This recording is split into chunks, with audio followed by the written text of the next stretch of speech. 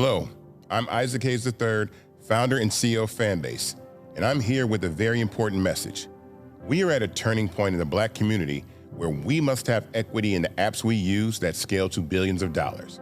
But this time, we own the infrastructure, we own the culture, and we shape the future. And Fanbase is the future. Fanbase combines the free functionality of Instagram, TikTok, and YouTube into an all-in-one platform built for the evolution of social media and monetization. With over 1.4 million users, that's real proof that we are shifting the conversation of tech ownership and equity for creators. So right now, I want you to go to startengine.com/fanbase and invest today. The minimum to invest is $399. That gets you 60 shares of stock in Fanbase at $665 a share. This marks a turning point in Black ownership of social media. If we don't take this opportunity to own social media right now, we will always be customers to our own creations. And that can't go on. So once again, go to startengine.com/fanbase and invest today. We must own the platforms where our voices live, our stories matter, and where our culture drives the world. Thank you.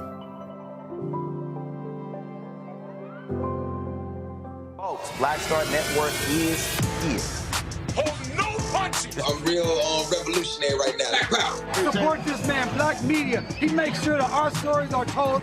Thank you for being the voice of Black America, Roland. Stay Black. I love y'all. All momentum we have now, we have to keep this going. The video looks phenomenal. See, this difference between Black Star Network and Black-owned media and something like CNN. You can't be Black-owned media and be scared. It's time to be smart. Bring your eyeballs home. You dig?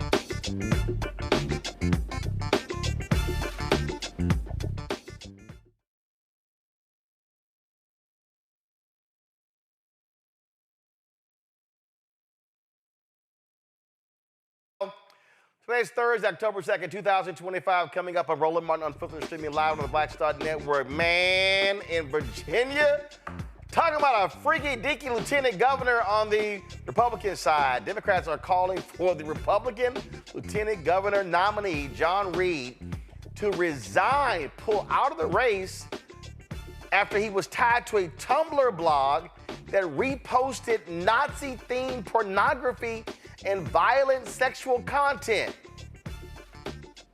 Damn, bruh. Trump spiritual advisor Robert Morris, you know that pastor in Texas who Trump was kicking it with? Yeah, he pled guilty today.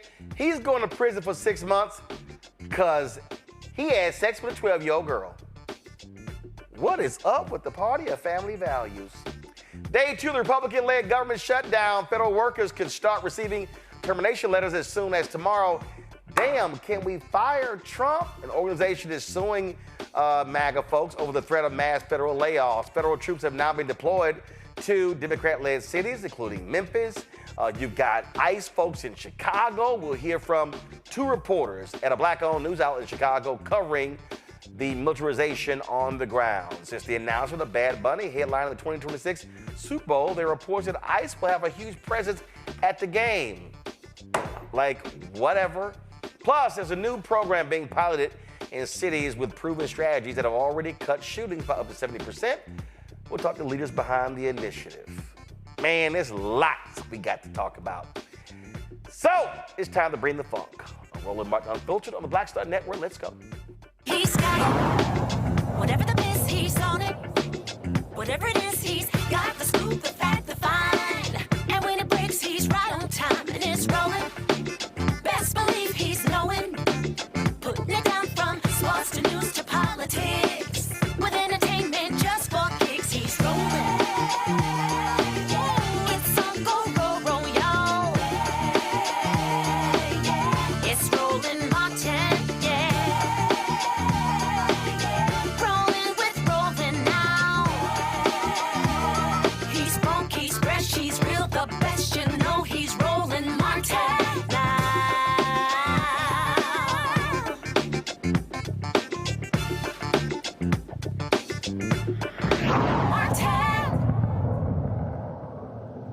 Democrat leader Hakeem Jeffries stood on the Capitol steps today, reiterating how Dems remain in D.C. to save health care for Americans.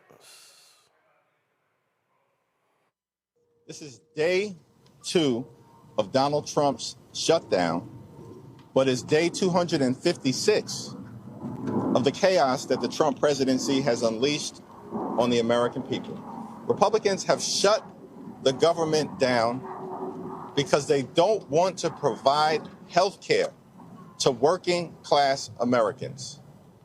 House Democrats continue to be here on duty. House Republicans are on vacation. We are ready, we are willing, we are able to sit down with anyone, anytime, any place, including the president and the vice president, to try to find a path forward, to reopen the government, enact a spending agreement that actually meets the needs of the American people, while at the same time addressing the Republican health care crisis. Unfortunately, Republicans have shown zero interest in even having a conversation. After the White House meeting, on Monday, we've seen behavior by the president that is unserious and unhinged. And Leader Schumer and myself haven't gotten a single phone call, as it relates to a follow-up conversation. We're ready to have that conversation, but we need credible partners on the other side of the aisle. And Donald Trump and Republicans have made clear they wanted to shut down the government. They want to inflict pain on the American people. They continue to engage in their retribution efforts, and they have zero interest, zero, in providing high quality, affordable, and accessible care to everyday Americans. Well, Trump, of course, said the shutdown will result in mass federal layoffs. He's really been waiting for this. In response, the American Federation of Government Employees and the American Federation of State Count and Municipal Employees, AFSCME, they filed a lawsuit challenging the Trump administration's threats. The suit claims that the Office of Management and Budget violated the law by threatening mass terminations. Katie Fang is senior advisor with the Democracy Defenders Fund. She also is with the Persist Network. Okay, Nola, calm down. No, y'all know Gumbo Queen. Y'all know Gumbo Queen. Nola Haynes is also on the Persist Network. So she sends me one more damn text message like, oh my God, it's so great that Katie's gonna be on the show tonight. Oh my God, oh my God. Okay, all right, so let's get right to it. So first and foremost, Katie, these nitwits literally tried to order federal employees to change their signature line to say, oh, we're not at work because the Democrats are the cause for this. Well, that was whack. And what's going on is that's a whole other Hatch Act violation moment. That's also a violation of other federal statutes to basically just have partisan hackery and forcing all of these federal agencies to. These are the out of office emails, Roland. These are the replies that you get if you email a government employee right now during the shutdown, and they're blaming the Democrats, which just goes to show how desperate the Republicans are. But the Hatch Act violations totally different than what we're seeing now. We just saw Donald Trump post today on Truth Social that this is the Project 2025 blueprint being met. This idea that if you have an agency, a program, a federal program that is no longer funded, and that is because of Congress not being able to continue appropriations and funding. Now Donald Trump is saying, with the help of Russell Vogt, one of his lackeys, that, you know what? If it doesn't meet with one of my priorities, I can kick it. I can get rid of it. And so it's not only just federal employees that are either working without getting paid or have been furloughed without money until we get the shutdown over. Now, while they're out, they're not going to get their jobs back. And that is the reason why we at Democracy Defenders Fund, along with some incredible other coalition partners like Democracy Forward, and another incredible law firm out in California, we filed this lawsuit on September 30th because we saw the writing on the wall. They're not subtle, right? They tell you exactly what they're going to do. There's a memorandum I want to cite to, Roland, that was issued that said if it is an unfunded federal program, we consider it to no longer be statutorily required to be carried out. There's no authority for that. And then on September 28th, they issued new guidance for the shutdown saying that, guess what? We're going to pay people to fire people during the shutdown. That's how gross they are about this. Listen, I mean, you're dealing with people, to your point, by Russell Vought. Donald Trump claimed in the election that, oh my God, I know nothing about Project 2025. Then, of course, he posted today about how Russell Vought is from Project 2025 fame. We all knew he was lying. And people like Nora O'Donnell should be apologizing to Vice President Kamala Harris, who challenged her on those points. And we all knew he was lying the moment he said he knew nothing about Project 2025. We knew he was lying. Yeah, and you know, that is a huge issue when it comes to, if I may take the privilege of this to say, mainstream media has failed Americans time and time again, because if you don't push back and demand accountability for answers that are provided from the Oval Office, from the federal government, then you're just complicit in the lies. And if you are in mainstream media, because remember, they're really the only people that are continuing to get access to this administration. They're not giving people like me and you access, right, to be able to challenge them, cross-examine them, get to the answers. There should be coordination position then in mainstream media and legacy media to make sure that if a question is posed to Trump, that convicted felon has to answer the damn question. And it should be follow up upon follow up. Say, my colleague Roland Martin just asked you this question, President Trump, and you didn't answer it. Yep. But because you don't have the accountability, you just let the lies filter to the American people. And right now, when you have federal agencies who landing pages on the internet blame Democrats, alleging that we're trying to give free health care to, quote, illegal immigrants, and you're not checking that at the door, then you are complicit in the lies. And what we're dealing with people, they don't care about federal workers. They're threatening these firings. They're claiming that, oh, we're just going to sweep folks out. And Eric Erickson is like, oh, great. We can sweep out these Democrat bureaucrats and we can bring in vetted MAGA people. Yeah, and we saw how well that worked at the beginning of 2025, did we not? Remember, DOJ was supposed to root out, quote, fraud, waste, and abuse. And that ended up in the crapper. So when it comes to this specifically, this lawsuit is going to force them not only to have to disclose communications, correspondence, planning, and plotting, but it also says, look, you have to follow the law. Because remember, one of the last places we're able to hold people and hold truth to account and power to account is in court. We're getting some successful rulings in court. And when we filed this lawsuit, the idea was to make sure that we said you don't have the federal statute, you don't have the federal authority, you don't have anything that allows you to wholesale do a reduction in force, a RIF, during a government shutdown. Remember, this is an emergency shutdown that was based on a lapsing of appropriations and funding. This is congressional action or inaction based upon how you look at it. This is not a planned organizational change, which is what a reduction in force happens within, right? The framework of a RIF is usually it's a planned organizational change. In this instance, the money has run out, but Trump and Vogt and all these other people in the Trump administration are trying to use the shutdown as cover to do illegal firings of federal employees. And these are people, Roland, that are keeping the wheels going, right? They're keeping the wheels on the train. They're making sure that things get done. And these are the people that we need to protect the most at this time. And let's be clear.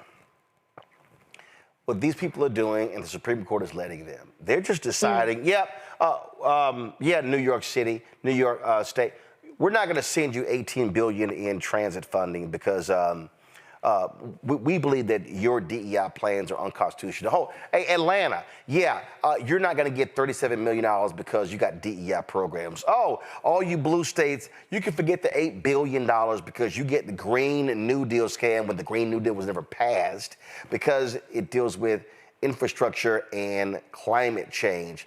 They're operating as if they can do whatever they want, and this is where the courts have to have the guts to say, no, you can't. You're not a king. And we've been seeing the lower courts, from the trial courts, district courts to the appellate courts. They're the ones that have been carrying the burden of making sure that the rule of law is still respected. It is SCOTUS and the uber conservative majority on SCOTUS that is creating the challenges that we are seeing right now when it comes to, for example, foreign aid that was already appropriated and earmarked by Congress. SCOTUS is allowing the president of the United States to now say, I'm going to freeze that funding in the meanwhile. And what happens? All of that soft power that the United States can exercise globally, it ends up dissipating, and we end up being more of a laughingstock on the global stage. But what's important to remember here is if we don't continue to believe in the rule of law, then we have no laws. The body politic is dysfunctional right now. That's part of the reason why Senate Democrats have said, you know what, we're going to hold the line and we're not going to continue to feed the beast. We have to remember, while this is going on, though, if these, quote, programs are not meeting with the priorities of the administration, what the heck is that? It's intentionally vague. It's illegally vague, but you just reeled it off, didn't you? If it touches DEI, if it's deemed to be, quote, woke, then clearly they're going to say it doesn't meet with the priorities of the administration. And so they're going to kick those programs. And these are going to be so many people that are impacted. But here's the funny thing, right? Rural America, when it comes to Trump's big bullshit bill, Rural America in Republican jurisdictions and Republican states, they're going to feel it just as hard, if not harder, than some of these blue states. Because a lot of these blue states have been taking care of their residents, right? And so it's not just the government shutdown, it's a double whammy at the hands of the Republicans. It's the big bullshit bill and now the government shutdown. Well, to me, it's just beyond laughable to watch this reaction, and then they act like they can't do anything. But I thought you control all levels of the government. That's right. I call it a political power trifecta. They control the White House, the Senate, and the House.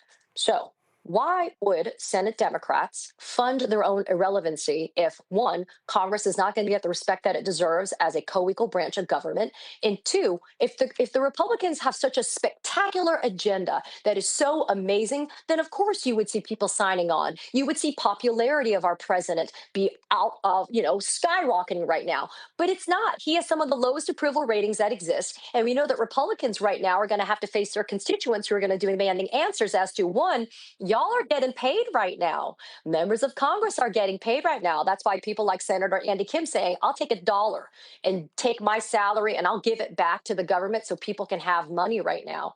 We need to also dig in deep, and we need to make sure that we are there for our community members, for people that are impacted by this shutdown. We saw in the last shutdown, I just spoke to former Senator Doug Jones from the state of Alabama, Roland. He said in the last shutdown, he saw federal employees standing in lines at food banks. We need to make sure that we steel ourselves and we stand in solidarity and we help take care of people that are impacted by this shutdown. So I discussed this yesterday, and I think it still has to be the case. So with this lawsuit, how are y'all going to make regular, ordinary people the face of this? Because I think the issue that I have is this, and Bishop William Barber and I talk all the time. He's always saying you gotta have impacted people. You can't have Democratic politicians, you can't have lawyers, you can't have strategists. You need to have people, families. People need to see real people who are impacted by this, not politicos. What is your plan to do that moving forward after filing this lawsuit? Well, let's speak bluntly, right? There's the court of law. There's the court of public opinion. We can ring true in a court of law, but if you don't feel the reason behind what we're doing in that court of law, and if you don't understand what we're up to in the court of public opinion, then I have failed in what I am tasked to do, Roland. The plaintiffs in this case, as you reeled off at the beginning of this segment, they are AFL-CIO, American Federation of Government Employees. These are people that are federal employees. They are healthcare workers. They are sanitation workers. They are childcare providers. They are people that are making this country run. And they are the people that are under the gun right now of potentially being fired by this horrific, draconian, disgusting Trump administration. And so they are the face of this lawsuit. I may be here to explain the legalities. I may be here to advocate for why these are important lawsuits to bring, but ultimately, they are the reason behind why we do this work. Absolutely. I'm going to go to my panel for a series of questions. Joining us right now, Reese Colbert, host of the Reese Colbert Show out of Washington, D.C., Sirius XM Radio's. Reese, what's your question? Oh, I didn't know we was doing questions. Hi, Katie. Yeah, you doing questions because I said we doing questions. I thought I was here to commentate, but that's okay. I got a question for Katie. Okay, Katie. So, you know, I'm wondering, how has, and this isn't about the lawsuit, but you and Nola are obviously both on the Persist Network. What's your read on how the Democrats on the Hill have been activating all facets of alternative media, including the mainstream media and social media? Because I've seen their social media presence, but I still feel like they haven't left, they're not in a no stone left unturned kind of mode. And they're starting to get outgunned in this, messaging war with their Hatch Acts violations. So I'm just curious about your level of engagement or your read on that. Yeah, look, I can't speak in generalizations, right? I'm going to be very blunt. I think that there has been an incredible lionization of members of Congress that's not fair, meaning I don't really think that they should have celebrity status the way that some of them have. There's a handful of them that have realized that independent media is really the frontier to be. Why? Because we have a huge reach and impact. Some of them have figured out that digital and social media, that those are the places they need to be waging a war when it comes to public opinion.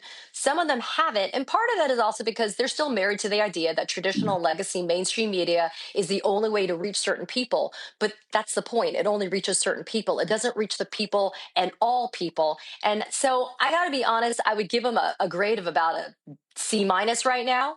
But some of them have been very good about reaching out and having conversations and doing interviews and doing, duets on Insta and TikTok. But otherwise, they're a little deficient, I think, at this point. Shit. Okay. I'm being honest. No. But I agree. here's my point. This is how basic this is. Okay. So, shutdown Wednesday, 12:01 a.m. You knew it was coming. This is just Roland. Roland would have had a sheet that said, these are the 5 people who are available from 5 to 6 a.m., 6 to 7, 7 to 8, 8 to 9, 9 to 10, Nope. 10 to 11. I would have said, media folk, this is who we've got available from 5 a.m. all the way to midnight. And then the next day, same thing. Oh, how about this here? And you know what? That's fine. Wednesday, we had Democratic leader Hakeem Jeffries on the show. Not a problem? Good. Today's Thursday. Who did the Democrats offer up to come on our show tonight?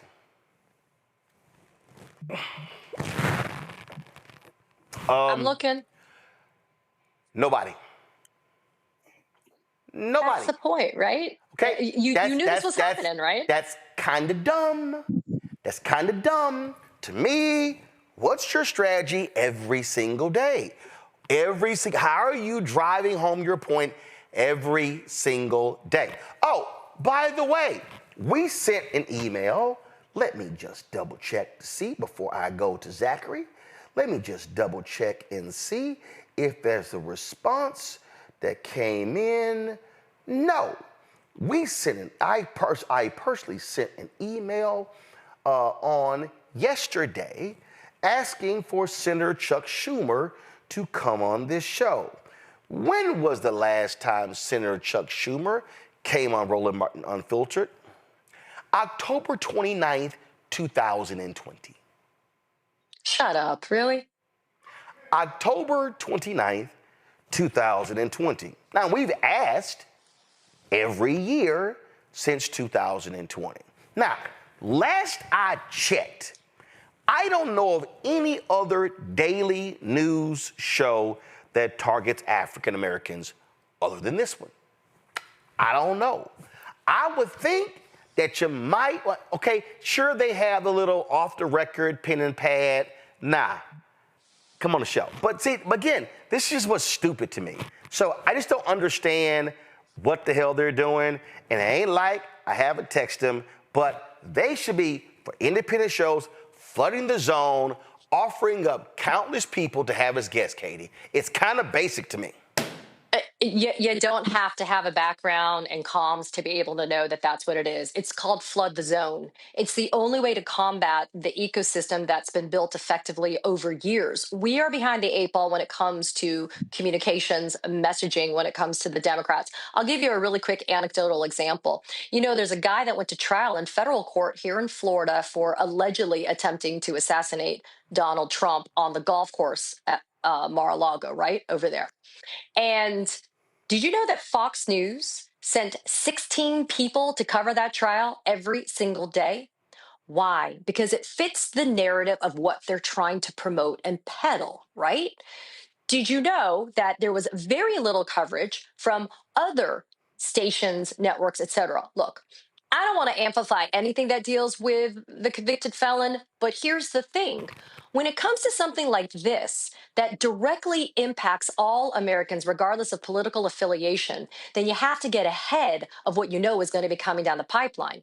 It was no secret they were going to be accusing Democrats falsely of giving free health care to illegal immigrants. They are using immigration as the boogeyman to be able to justify federalizing cities, going in, bringing in the National Guard, bringing in the military, continuing a campaign of intimidation and fear. This lawsuit combats that same concept. Let me cow you into submission. Let me make you scared into thinking that if you don't follow the party line, you're going to get your ass fired. That is completely consistent and on brand with who they are. Here's the thing that's absurd about it. They are so unoriginal. There is nothing original about what they do and how they roll it out. The only impressive thing, Roland, is, and I will admit it, they've done it a lot faster, a lot more efficiently, and a lot more powerfully in a shorter window of time than I anticipated from them. Otherwise, we all knew that this was going to happen. Zachary? Agree 129%. Katie, it's great to have the chance to dialogue with you, and great to see my friends, Dr. Nola and Reese, who I know is having a birthday soon, the prettiest Libra in the world, the gifts of Venus. Always beauty to her children. My question is really, when we look at this shutdown, we look at what's happening, what do you think will be the harshest, most immediate effects on American families? WIC. The nutritional supplements that are provided to women, infants, nursing formula, that's gone in less than a week. That's nearly 7 million people that are impacted when WIC is gone. That, I think, is going to be the harshest thing that we're going to feel in America in the most immediate of senses. Why? Because remember I talked about that double whammy? A lot of that big bullshit bill impact is not going to be felt in a huge way. American farmers are seeing it a little bit. That's a little bit more tariff related. But a lot of that big bullshit bill stuff is not going to be really felt until 2026. This shutdown is going to take a little bit of time. People are going to feel more of an inconvenience at the beginning. But things like WIC being gone, forget it, man. That's a lot of money and it's gone. All right. I guess I'll let Nola ask a question. I guess I'll let her ask a question. Lord, Katie, the stuff I got to go through with this man. I'm just glad your Wi-Fi worked this week.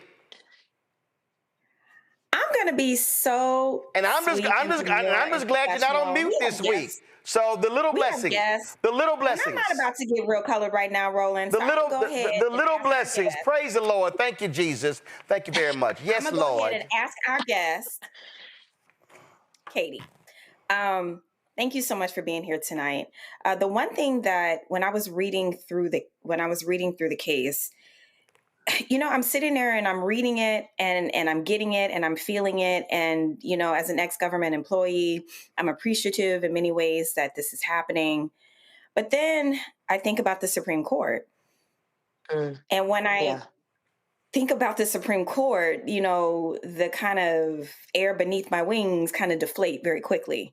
So how is the legal community thinking about this current Supreme Court and how many times they actually give Trump what they want? And could this be one of those times? And if so, what happens next? Yes, I'm not going to BS you, right? You have to prepare for the worst. And part of what's frustrating is the Supreme Court in an unprecedented manner has been taking these, quote, emergency applications on the shadow docket and doing so at rates that have never been seen before. And when they issue their rulings on the shadow docket, several of which have been bad, adverse, impacts on Americans, they do it without any explanation. And so it kind of leaves the lower courts to have to guess how they're supposed to be able to move forward, because a lot of these rulings that come on the shadow docket, they're not substantive rulings on the merits of the case. They're more the temporary stays, the injunctions, et cetera. So when we file these lawsuits, we have to anticipate the worst from SCOTUS. But I always want to remind myself a saying that was one of my late father's favorites and one that I like to use, which is, how do you eat an elephant one bite at a time. If we don't continue to persevere, if we're not relentless in pursuing justice and defending and pursuing the rule of law, then we've failed everyone. And we cannot allow ourselves to not take these lawsuits, challenge this administration, and go to court and fight for people, especially Americans and our federal employees, simply because we think that we could get an adverse ruling from the Supreme Court of the United States down the road.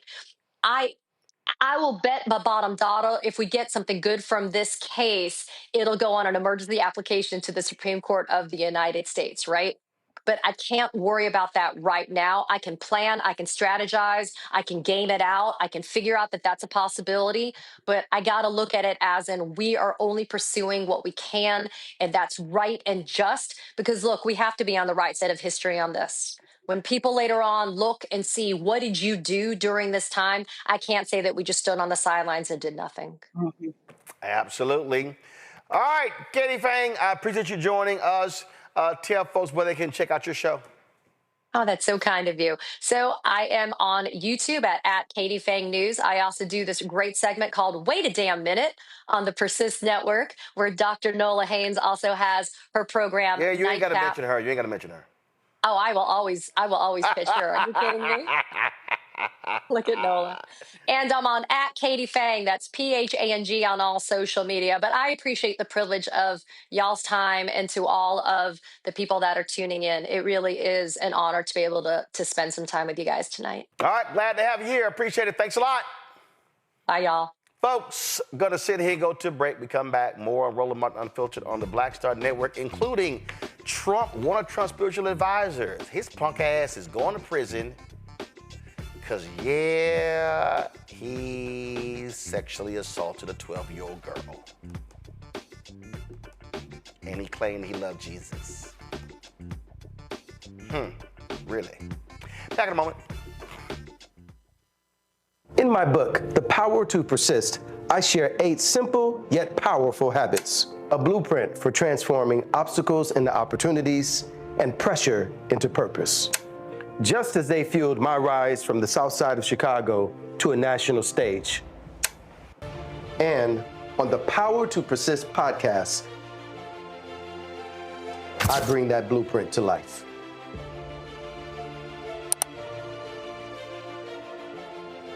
Next on the Black Table with me, Greg Carr. An hour of living history with Dr. Richard Mariba Kelsey, thinker, builder, author, and one of the most important and impactful elders in the African American community.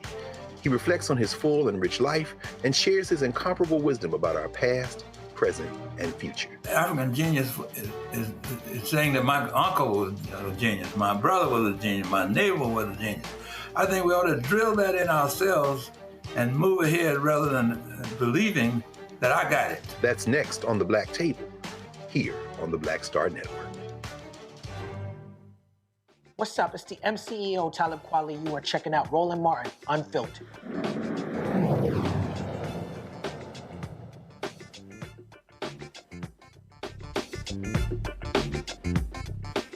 All right, now it's time for the freaky ass portion of the show. A pornographic blog linked to Virginia Lieutenant Governor candidate, Republican Lieutenant Governor candidate John Reed, shared content from accounts that delved into Nazism and sexual violence. Reed has denied owning the blog, which appeared on Tumblr under the name J.R. Doe, D-E-U-X. The same handle he happens to use on Instagram and TikTok. Reed called the blog part of a coordinated smear campaign against him for being a gay Republican. But its posts date back to 2014, before he entered politics. In one 2015 post, J.R. Doe shared an image of a male college student in underwear from the user Obedian Niggard, whose bio described themselves as a subservient nigger who knows his place in society, and solicited contact from, quote, superior white men in Washington, D.C.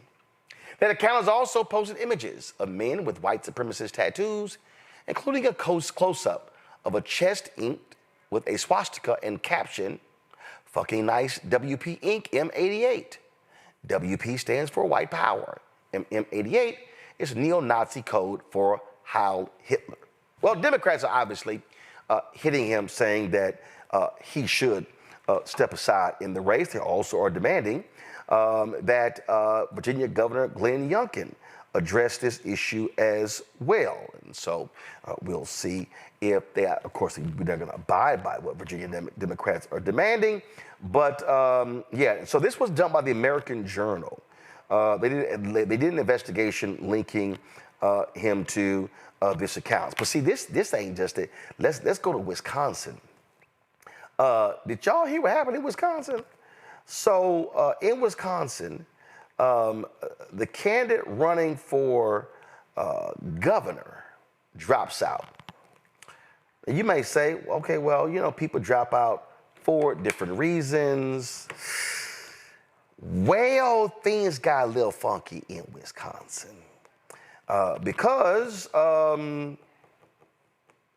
the family values candidate, Bill Berrien, who's a manufacturing executive, former Navy SEAL, dropped out after the blogging website Medium said that he followed a transgender adult film star named Jiz Lee and authors of sexually explicit essays, including polyamory, is that what it's called? Polyamory, whatever it's called? Okay, all right.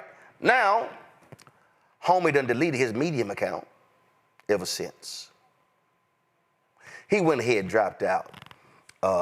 Quote, looking towards what is in the best interest of the party, voters, donors, and my family, I've decided to end my campaign. Okay.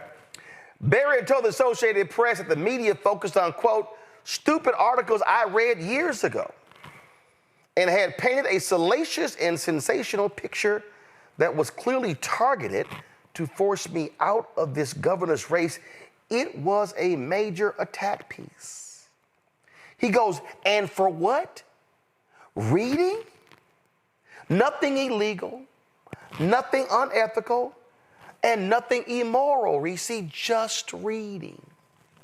Wouldn't you want your political and business leaders and all of society, frankly, to be widely read and thoughtful and aware of different perspectives and ideas? Say, dog, really?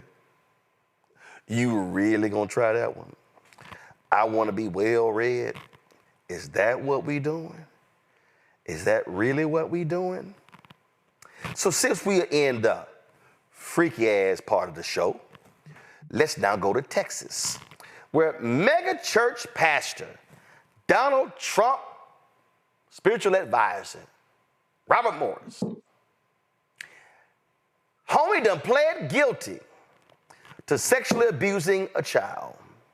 According to NBC, under a plea agreement, Morris was given a 10-year sentence, but he's only going to serve 6 months in an Oklahoma jail. That's right. Look at this here. Look at the photo of Morris in handcuffs. Bet that ain't the first time he been in cuffs. So the article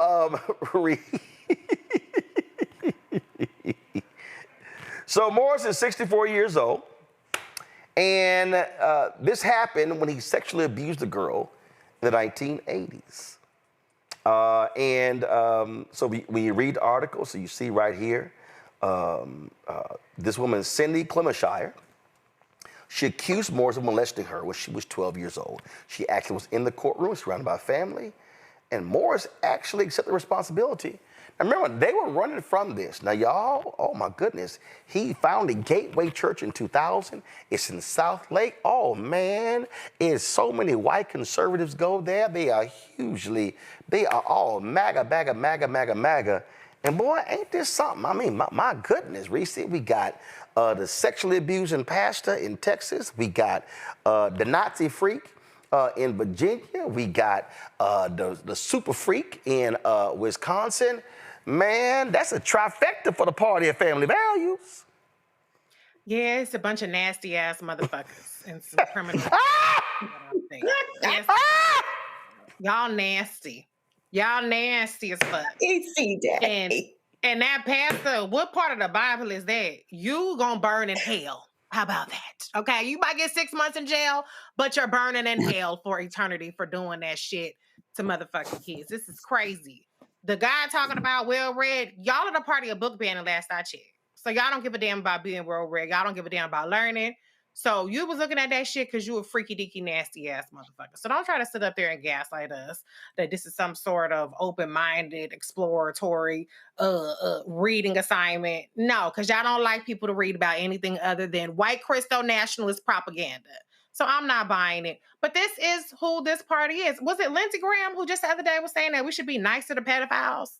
Wasn't it one of them who said something like that? Y'all remember? Ted Cruz. You remember Zachary? Ted Cruz. Yeah, it was Ted. Thank you, Ted Cruz.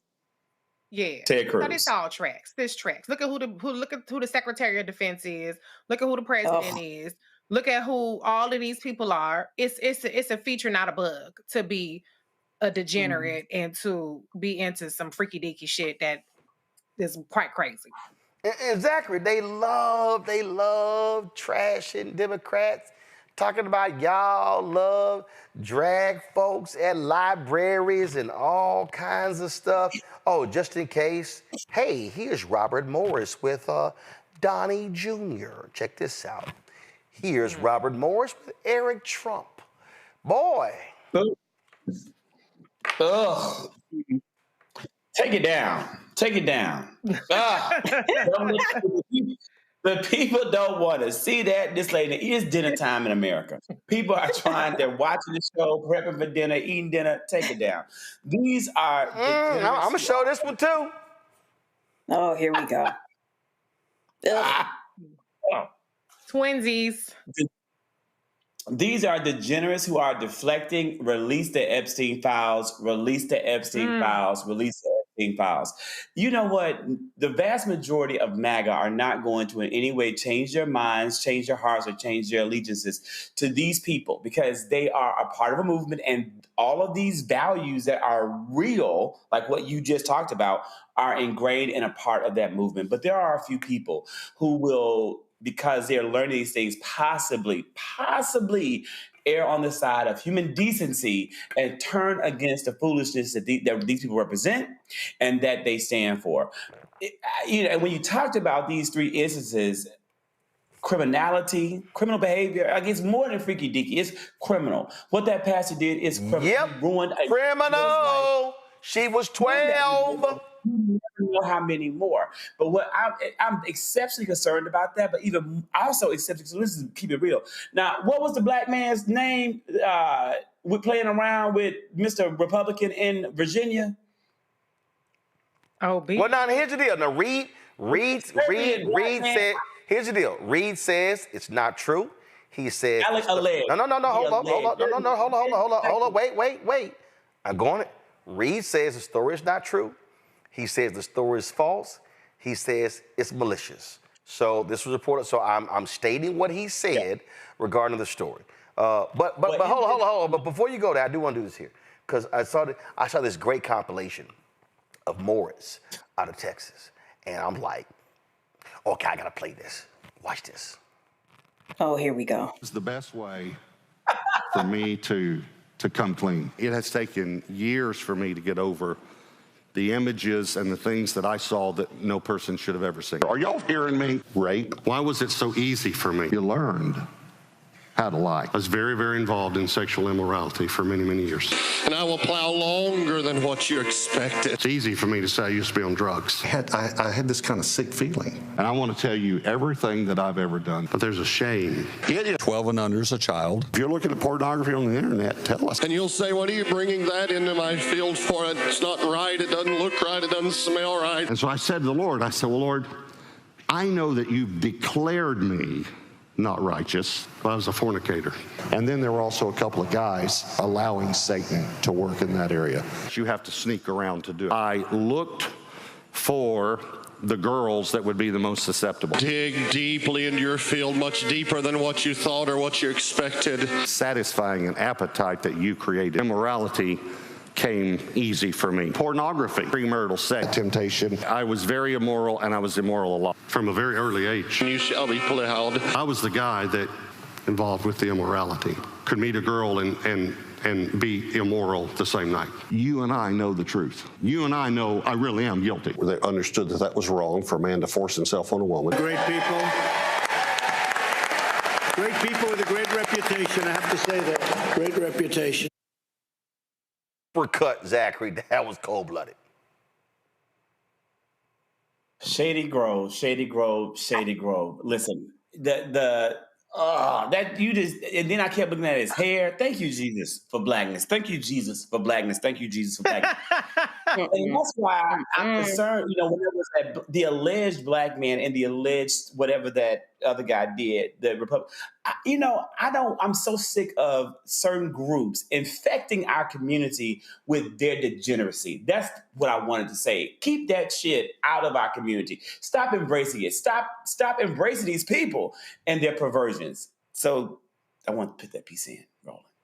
Well, I mean, I just, again, they love Nola saying all sorts of things. And so, I mean, we might as well just share a little bit more video of Robert Morris and Trump sharing a stage in 2020. The team has been incredible in hosting us. And I'd now like to ask Pastor Morris and Bishop Jackson to lead us in prayer. Well, Robert Morris just resigned from his church following allegations that he sexually abused a child. In a statement to an evangelical news site, Morris said he was involved in an inappropriate... Now here's the crazy thing. Now, what he said with Nola was he was involved in an inappropriate... That's with a young lady. He never really explained. He called it inappropriate sexual behavior with a young lady. So when that happened, people were like, okay, was she 18? Was she 20? And she was 12, he was 21. This is one of the problems that I have with a lot of churches is it excuses a lot of bad behavior, especially from leaders. And that really is a tension that I have. I have my own baggage. I have my own trauma growing up Catholic, going to a school where a priest was actively molesting my friends. That happened. So when it comes to issues like this, and then when it comes to, the way in which the institution can rally around you, can make it seem like those horrific and horrible criminal acts were somehow just, they were just sinful and flesh is weak and all of these things. So I really struggle with the idea of forgiveness and then the way that many churches just kind of ignore criminality. And this is one of those moments for me, not to mention that you have all the receipts of this person buddy with all of Trump world. None of that is surprising. It almost mimics, some of the behavior, some of these institutions that completely just ignore and normalize a lot of these behaviors from these leaders. MAGA is the same way.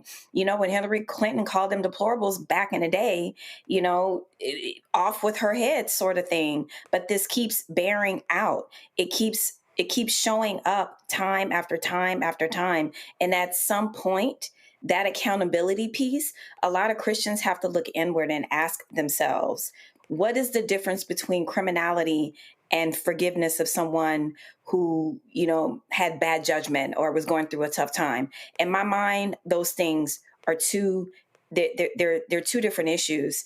And this is something that all faiths, all institutions have to truly confront and figure out who is it that they want to be for their congregants, especially children. Not that he was in his 20s when this happened, right? So he wasn't a pastor then.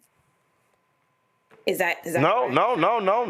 He was allegedly. That's what he said in his book. He was selling drugs. Yeah. So, but hey, first of all, I don't give a damn. I don't care if he wasn't a pastor then.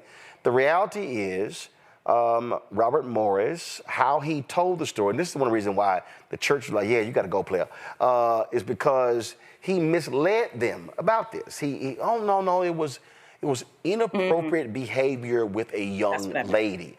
A 12-year-old girl ain't a lady. No. A 12-year-old girl is a girl. And he knew what he was saying, and he was full of shit for saying it. Now, what I'm pissed off is his punk ass only gonna spend 6 months in jail. Yeah, that's disgusting. Okay, 10-year sentence and reduced to 6, not even 1, that's weak as hell. And I don't care if it happened in the 1980s. Don't matter. Justice is justice. So that's where that stands there. All right, y'all. Let me go to a quick break. When I come back, lots of drama in Chicago. Trump sent his thugs to Chicago.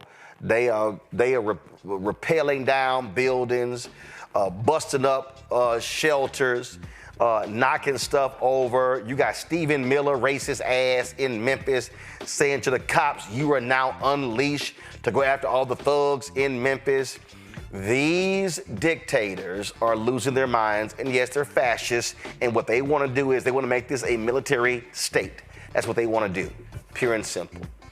We're going to talk to a couple of folks with a digital outlet in Chicago. That's next right here. Roland Martin Unfiltered on the Black Star Network. Support the work that we do. Join our Bring the Funk fan club. Your support is critical, folks. If you want to contribute to us via Cash App, do so using the Stripe QR code. You see it right here. Also, that's for Cash App. Credit cards as well.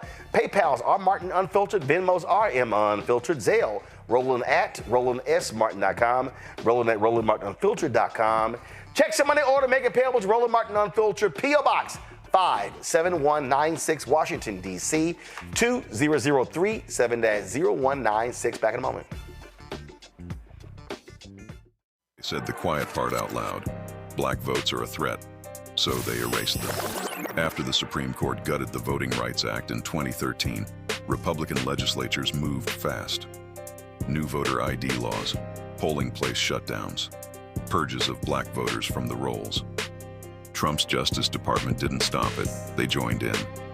In 2018, his DOJ backed Ohio's voter purge system, a scheme that disproportionately erased black voters. Their goal, erase black votes and political power. Yeah, that happened. These are the kinds of stories that we cover every day on Roland Martin Unfiltered. Subscribe on YouTube and download the Black Star Network app.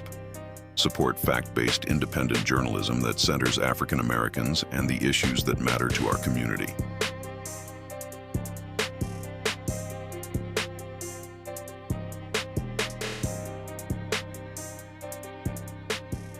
This week on The Other Side of Change. We are talking about our North Star, our luminary, our guide, Assata Shakur, who recently passed away in Cuba. We're going to unpack her legacy. I refuse to allow Assata's legacy to die before children that aren't even born. Like our babies that aren't even born must know her and must know her. And that roadmap is going to get us closer to liberation. You're watching The Other Side of Change only on the Black Star Network. Hello, I'm Isaac Hayes III, founder and CEO of Fanbase, and I'm here with a very important message. We are at a turning point in the Black community where we must have equity in the apps we use that scale to billions of dollars. But this time, we own the infrastructure, we own the culture, and we shape the future. And Fanbase is the future. Fanbase combines the free functionality of Instagram, TikTok, and YouTube into an all-in-one platform built for the evolution of social media and monetization. With over 1.4 million users, that's real proof that we are shifting the conversation of tech ownership and equity for creators. So right now, I want you to go to startengine.com/fanbase and invest today. The minimum to invest is $399. That gets you 60 shares of stock in Fanbase at $665 a share. This marks a turning point in Black ownership of social media. If we don't take this opportunity to own social media right now, we will always be customers to our own creations. And that can't go on. So once again, Go to startengine.com/fanbase and invest today. We must own the platforms where our voices live, our stories matter, and where our culture drives the world. Thank you.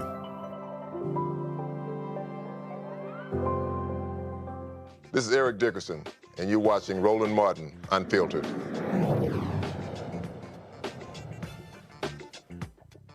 All right, folks, Donald Trump's patrol agents have been in Chicago, walking in packs along Michigan Avenue where there's just so much crime happening. They're also monitoring other popular downtown destinations. Last week, the Department of Homeland Security reported that more than 900 arrests have been made as federal officers continue to target what the administration describes as the worst of the worst.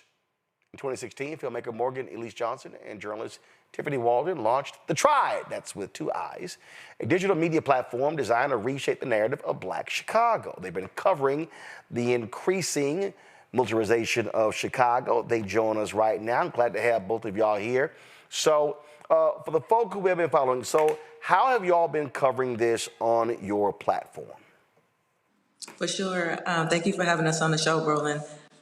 Since Trump announced in August that he was interested in sending troops here to increasing the immigration enforcement here in Chicago, we just hit the ground running, and we've been covering every single day a lot of the ICE activity that's been happening here in Chicago. And it started out, in the surrounding Chicagoland area in the suburbs, and now, it's in the city. And just this past week, it started to reach Black Chicago neighborhoods of South Shore, of Bronzeville, and just yesterday on the west side of Chicago where we're located, a man was put in a chokehold by a federal agent, a Black man, in fact, was put in a chokehold by a federal agent here on the west side.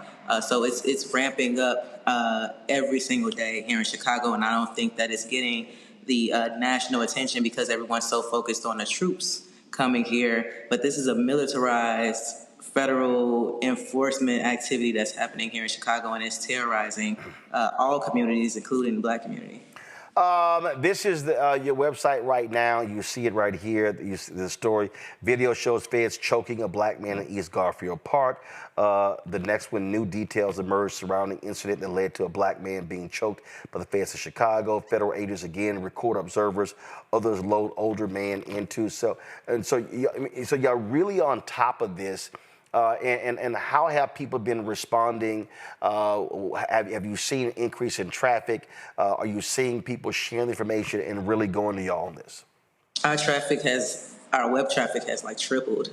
We're seeing historic numbers on our website. People are really wanting to know what's happening in regards to ICE and this militarized force that's coming to their neighborhoods.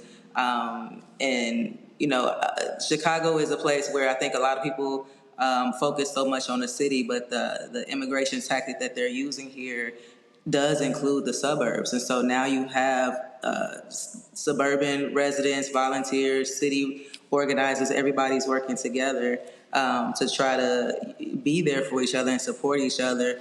And, for us, we're even talking to people in LA and DC. We had a LA publication reach out to us, LA Taco, to talk about, the work that we're doing and the collaborations that we're doing with other independent media. And the same thing with DC. We have a story on our website right now where organizers are giving advice to Chicagoans on how to deal with such militarized force in the city, since they've been dealing with that already. So we're seeing a lot of, I hate to say positive response, but we're just seeing a lot of response and gratefulness for our coverage here in Chicago. We've seen journalists being targeted as well. Have your journalists encountered any issues as it relates to being out there reporting? Well, the Tribe has working with a collaboration of about 10 local independent organizations. So although none of our journalists have been targeted at this time, one journalist who we've been working with at a publication called Unrivaled was detained by federal agents at a Broadview ICE detention facility, which is a couple of miles west of Chicago. So he was detained while covering a protest there, and journalists here in the city rallied to put out statements and to put pressure on the government to release him. But many people who have been protesting have been detained, and Steve is a white man, so he told us that people of color are being detained. They're not having as good of luck as he had with getting released so quickly. So it's definitely concerning for us and everybody who's been following this about the safety of journalists, because they have been targeted. And Roland, I just want to add to that too. I went out to Broadview about 2 weeks ago. I have family in Broadview. Like, I'm very familiar with the suburb. It's wild to watch what they're doing to people out there in Broadview. I saw with my own eyes. There's snipers on the roof of the boarded up Broadview ICE facility. They're shooting people with pepper bullets. They intentionally threw a tear gas canister towards a clearly marked ABC 7 news truck, and the whole row of media who was in that area, in that vicinity, inhaled that tear gas and was visibly impacted by it. So it's very aggressive, and it's a very excessive use of force happening out there in Broadview every week. Them also rappelling from Black Hawk helicopters down buildings as well, and so is this happening around the clock?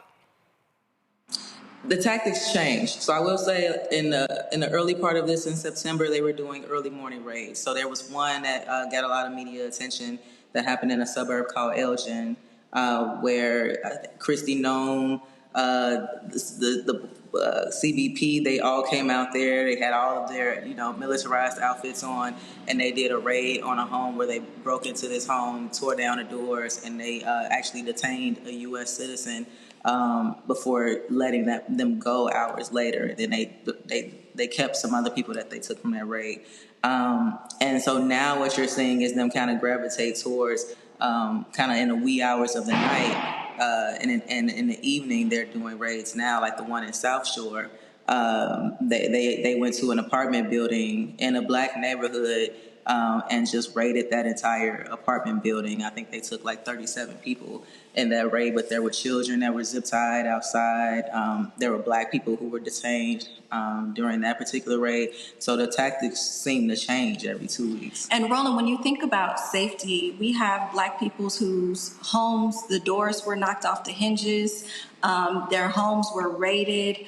Children were detained and zip tied. So when we talk about public safety, these people have to return to their homes without having doors on the hinges, like with completely being exposed. People were obtained while undressed.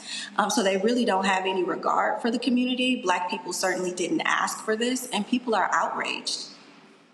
Broadway, Illinois Police Chief Thomas Mills has been speaking out, angry with how ICE officers are trashing even local officers.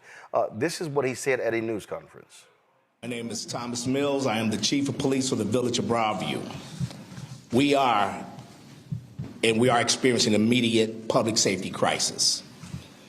The deployment of tear gas, pepper spray, mace, and rubber bullets by ICE near the processing center in the Village of Broadview is creating a dangerous situation for the community and all first responders. Broadview residents, police officers, and firefighters, paramedics are being exposed to these agents. Our own Broadview police are routinely being exposed to ICE tear gas, forcing them out for an amount of time so they can decontaminate, get their breath, clear their eyes, which takes them out of service. The use of these weapons is directly harming Broadview's first responders. Currently, the Broadview Police Department has launched 3 separate criminal investigations into ICE activities since the Midway Blitz began in the Chicago area. We have requested the full cooperation of the U.S. Department of Homeland Security in these investigations, and we expect that cooperation to happen. And what he's been saying is just how they've been treated. This was another clip. Give me 1 second. I saw this in a local news report. Watch this. I was shocked. I've never been spoken to by a fellow law enforcement officer in such a way. Broadview Police Chief Thomas Mills says on top of requiring 75% of his department's manpower for crowd control outside of the ICE processing facility in the west suburban city, he was personally, verbally attacked by ICE agents during a protest. I'm a leader of a department. I know that my officers are looking at me for guidance and leadership, and I had to ensure that, I had to stay calm and not engage in such unprofessional behavior. Chief Mills says he was walking across a skirmish on September 12th, the day this video was shot. He was called multiple expletives by an ICE agent, calling him a coward, accusing him of neglecting his duties during protests that got physical. Mills also telling the I-Team about an incident earlier this week where a pedestrian was hit by a truck near the ICE facility. Allegedly, a ICE agent struck someone and continued on into their location. And during the course of that, while trying to gather information, there was pepper spray release while my officers right there. They felt the effects of that pepper spray where it altered their vision. They were coughing, and I was on the phone with them, and they had to leave the area so they can decontaminate themselves. Now, it's, crazy. They don't give a damn. Here's what they know. They know, Morgan and Tiffany, they can do whatever they want. Donald Trump has given them full and complete authority to do whatever the hell they want to do. Yeah, and keep in mind that Broadview's mayor is a black woman. The leadership in Broadview is black. The suburb is a predominantly black suburb, I believe, at this point. It used to be a white suburb, now it's black.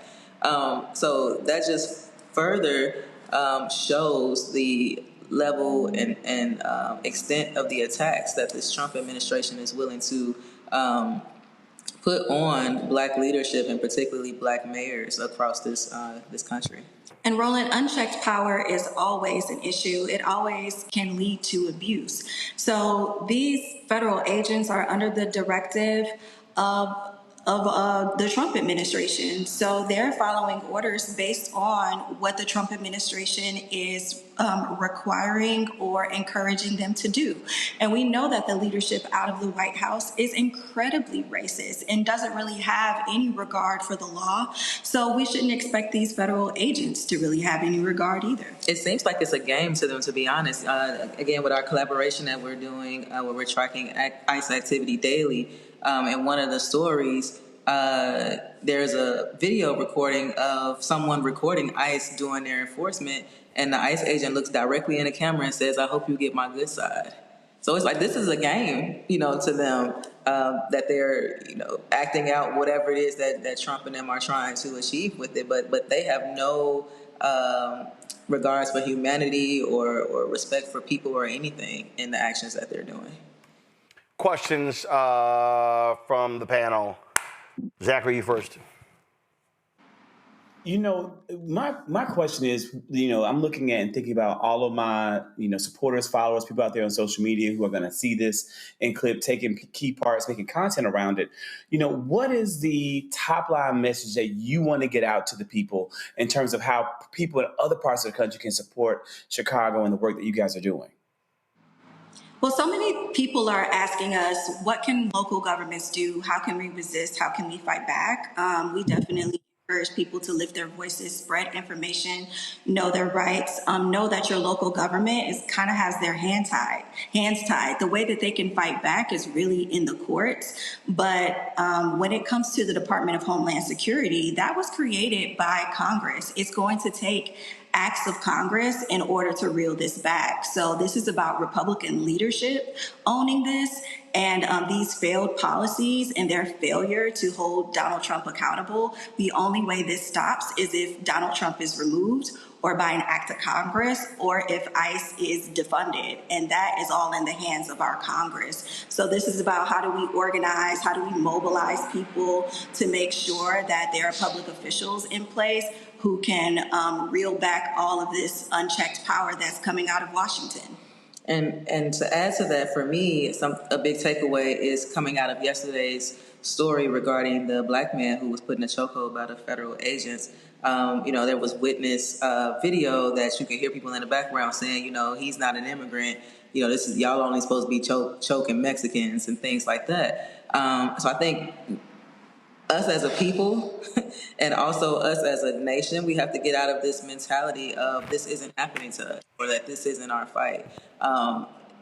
This is everybody's fight, and if it's not impacting you right now, it's going to impact you eventually. And I think yesterday, the black community woke up, or at least this week, starting with what happened in South Shore. I think there was a homeless shelter in Bronzeville that a black pastor has been speaking out about, and then now what happened on the West Side. People are waking up to see that this level of just ruthlessness from the Trump administration is going to spread outside of the immigrant community.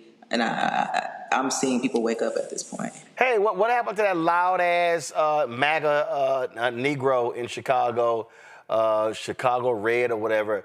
Has she been running her mouth? They're celebrating. They celebrated what happened in South Shore during the raid at that apartment building because I can't remember if it was DHS or if it was CBP, but one of those agencies came in and said that they detained 37 people. And for them, that's the win. They're just like, yeah, get these Venezuelans, get these people up out of here. So they're still around, but people just, Yeah, but I just want to say that that's not a real movement that has a lot of steam here in the city of Chicago. Oh, no, I understand. Yeah, I know about the movement, but noise, but yeah. Right, they make a whole bunch of noise, but again, these are the folks who are always attacking Mayor Johnson, always attacking Democrats, claiming they stand up for black people against so-called the invasion, but I was wondering if they got anything to say about black folks being attacked, being impacted. You talked about the pastor's been speaking on, that's Pastor Chris Harris. Listen to this right here. From ICE and Customs and Borders Patrol stormed and raided our Bronzeville homeless shelter that the city of Chicago asked our CDC to manage. Their actions traumatized our residents, unsettled our neighbors, and shook the very staff who sacrificially served the 260 men and women who called this shelter home. Without warning, 7 to 8 unmarked vehicles arrived.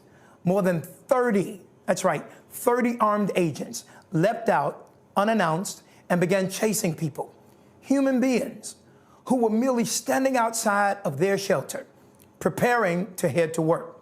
Now, let me emphasize, 60% of our immigrant residents are employed and work every single day.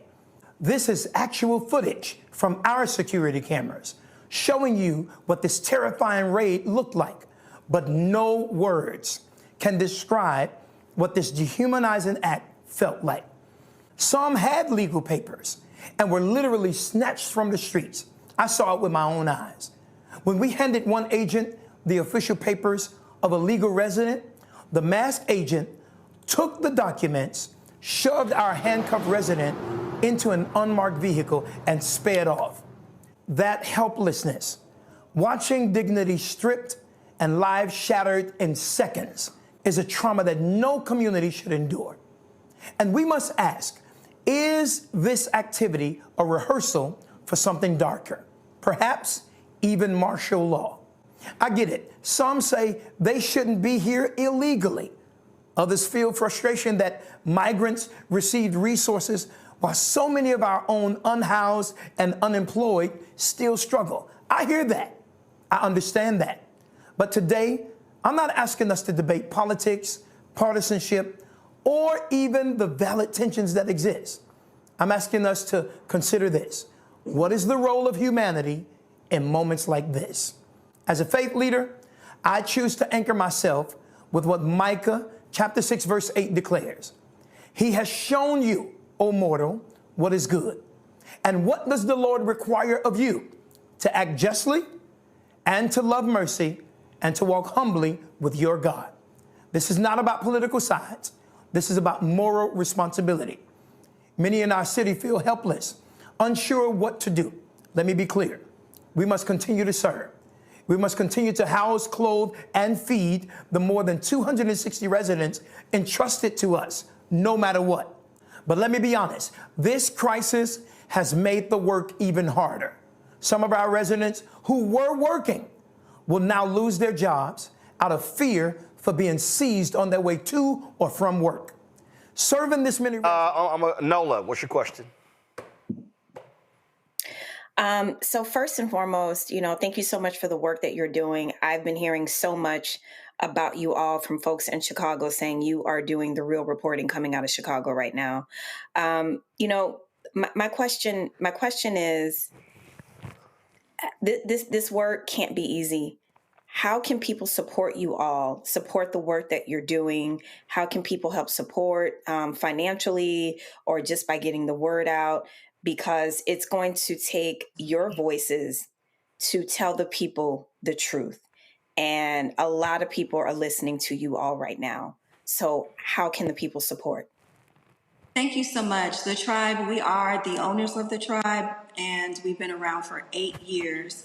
And it's going to take the people to allow us to be able to continue to be independent and to tell the truth. So you can go to our website right now, thetribe.com, TheTriibe.com. A pop-up will come on your screen, and it will prompt you to give a contribution or to become a member.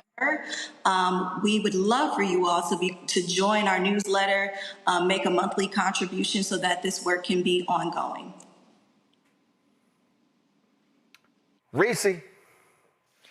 Thank you for the work that you're doing. I'm curious what you've reported in terms of the aftermath of these raids. We know that these agents are coming in guns blazing, maybe not shooting people in the literal sense, but knocking down doors, destroying property.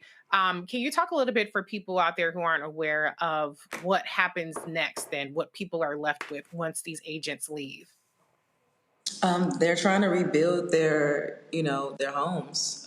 In South Shore, for example, that apartment building, it's in a community, a predominantly Black community, where a lot of people are living, in apartments that have questionable ownership. We've been covering some of those apartments out there where they are living, they're owned by slumlords, and the conditions of the apartments themselves already were in bad shape. So now on top of, already having that tenant fight of trying to have equitable housing, they now have to rebuild after ISIS just plowed through their living spaces and just left it in complete shambles. People's doors are off the hinges. People who had become friends with some of the Venezuelans who lived in that building, like now their neighbors are gone. The kids are gone or are uprooted. So yeah, people are just trying to figure out how to put the pieces back together. And there's a lot of organizations in Chicago, rapid response organizations, and different activists on the ground who are speaking with residents and trying to help them rebuild after this. All right, folks, if you want to support the Tribe, pull up my iPad, please. If you go to TheTriibe.com, you see they have their reshaped newsletter. You can do monthly or annual. You can do 10, 20, 50, or even custom amounts. So you got that right there. So please check that out and to support. Again, this is right here. If you go to their main page, you'll see their stories right there as well. You can get their alerts. Pull up their social media stuff. Do y'all have it? Y'all do a graphic of their social media stuff? All right, we should have a graphic of their social media stuff. Hold on, let me go to it. All right, let's see here. So you can follow them on Instagram. Let's see here. You can follow them. Well, we'll pull it up. But again, they're on Facebook, Twitter. I don't call it X. Instagram, YouTube, as well as TikTok. So check them out. And I expect to be seeing this shirt in my mailbox next week so I can wear it. It's on the way. I promise you it's in the mail. So I can wear it on the on the show and so represent. So great work. So please, y'all, go to the Tribe, TheTriibe.com. Morgan, Tiffany, thanks a lot. Thank you for your Thank you, support, Roland. Roland. Appreciate it. Thank you very much, y'all. Going to a break. We'll be right back. Support Black-owned media, y'all, on the local level, the national level. We'll be right back. In my book, The Power to Persist, I share 8 simple yet powerful habits, a blueprint for transforming obstacles into opportunities and pressure into purpose. Just as they fueled my rise from the south side of Chicago to a national stage. And on the Power to Persist podcast, I bring that blueprint to life.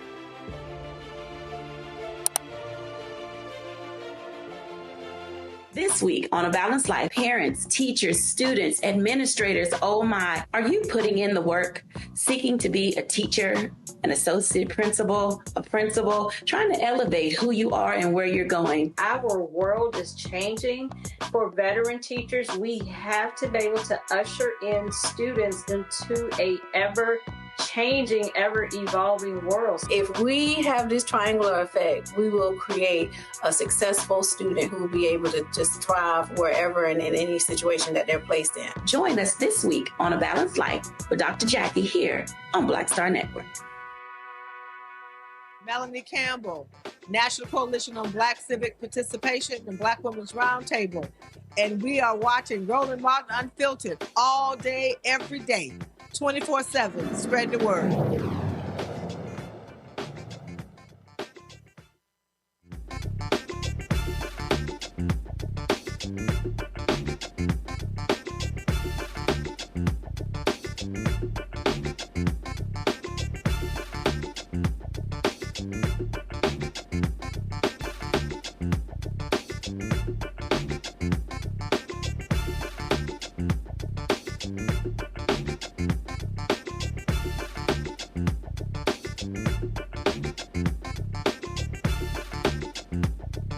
Oh, y'all, Bad Bunny Super Bowl spotlight is already turning political after the NFL announced he'll be headlining the 2026 halftime show.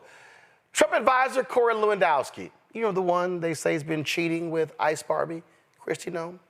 He claimed Ice will have a major presence at the game, saying, quote, "There is nowhere safe for people here illegally, not even the Super Bowl." Lewandowski blasted the NFL for picking an artist he claims, quote, hates America, fueling fresh backlash from maggots. The Trump administration is targeting Latino fans with aggressive immigration enforcement. Bunny, a U.S. citizen, has called his performance a win for his people, his culture, and his history, setting up a halftime show that will be about more than just music. First of all, let's just be real clear here, Dola. It ain't like you gonna have a whole bunch of people who are undocumented workers at the Super Bowl unless they working for a bunch of them corporate sponsors. Facts. Mm-hmm. I mean, they're just going to take people just because they're brown. I mean, that's what's literally going to happen.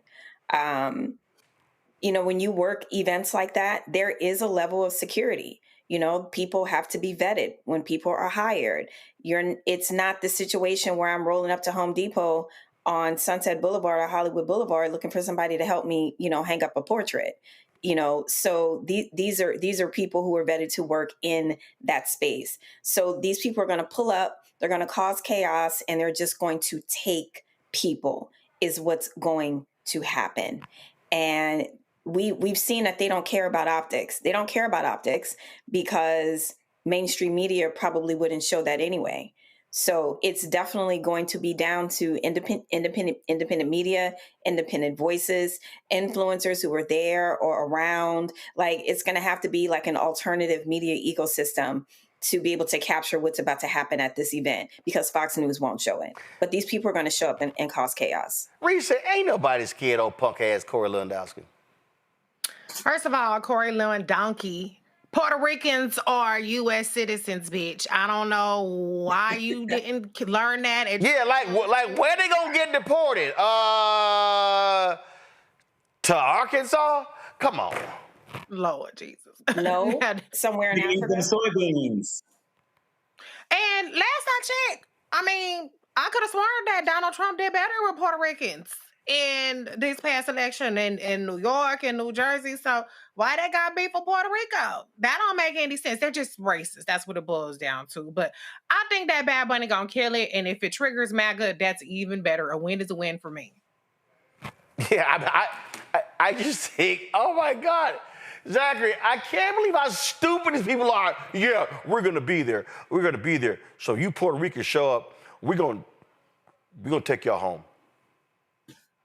They're definitely not going to take them home because they're home. This is showing their ignorance. Honestly, they really don't know that Puerto Ricans are Americans. These MAGA people don't know that. And I think we did have an increase in Puerto Rican voters in some states, but in Puerto Rico itself, absolutely not.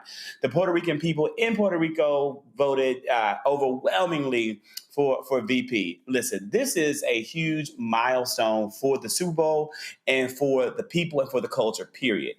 Bad Bunny has stood up on the right side of history time and time again, stood up in support of the right trends in our culture time and time again. And I'm super excited. This man has surpassed 100 million album sales worldwide. He is one of the top selling artists, not of the year, not of the decade, but of all fucking time. And he is the greatest and most acclaimed Latin artist in history. He is the winner of 3 Grammy Awards, 12 Latin Grammy Awards, 8 Billboard Music Awards, and multiple other honors, including being named Billboard's Artist of the Year. However, I do not think he has a BET Award, and I don't think neither does BIA, according to Cardi B. With all of that said, this is huge for the culture, huge for the people, and I cannot wait to see Benito Ocasio on the stage. This is one Super Bowl I'm looking forward to. Well, and Nola. Fuck MAGA. You don't deserve to watch it. If you don't want to watch it, don't watch it. You miss out. Well, you know, Nola, I saw that old grossly unqualified, ragged-ass NASCAR driver, Danica Patrick. She tweeted, y'all don't mind paying her ignorant ass. Oh, fun. No songs in English should not be allowed at one of America's highest rated television events of the year, not just for sports. Okay, let's see here. Okay, you're stupid.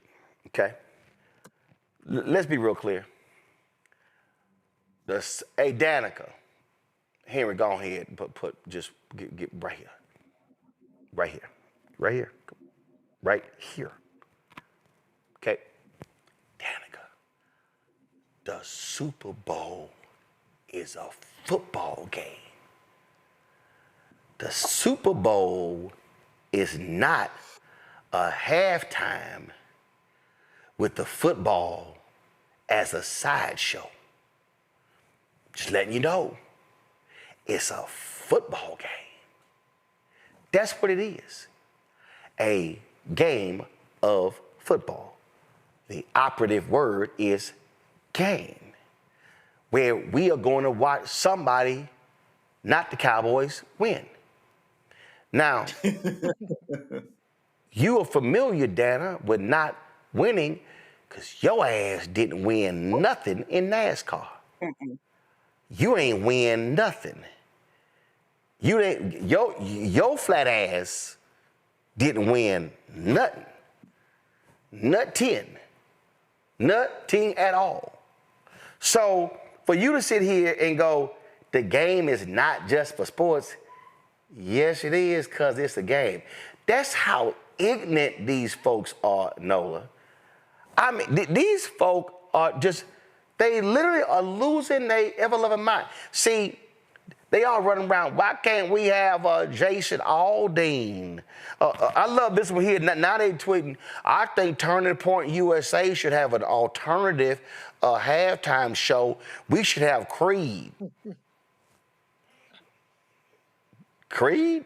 They should do that. No, I'm trying to figure, hold up. They gonna have Apollo Creed? What Creed they gonna have? Ain't nobody watching that bullshit. Guess what? I posted on social. I said, please do your own halftime show and burn that money. Please. Yep. Burn as much money as you can on y'all sitting here having a hoedown because y'all are mad with Bad Bunny. No, look on here. You know what's so hilarious about this time? I'm going to tap into my Dr. Greg Carr tonight. The racism is really racisming, like right now. Like these are some wild times, and you know the way that they are trying to like make it seem, you know, cozy and Americana.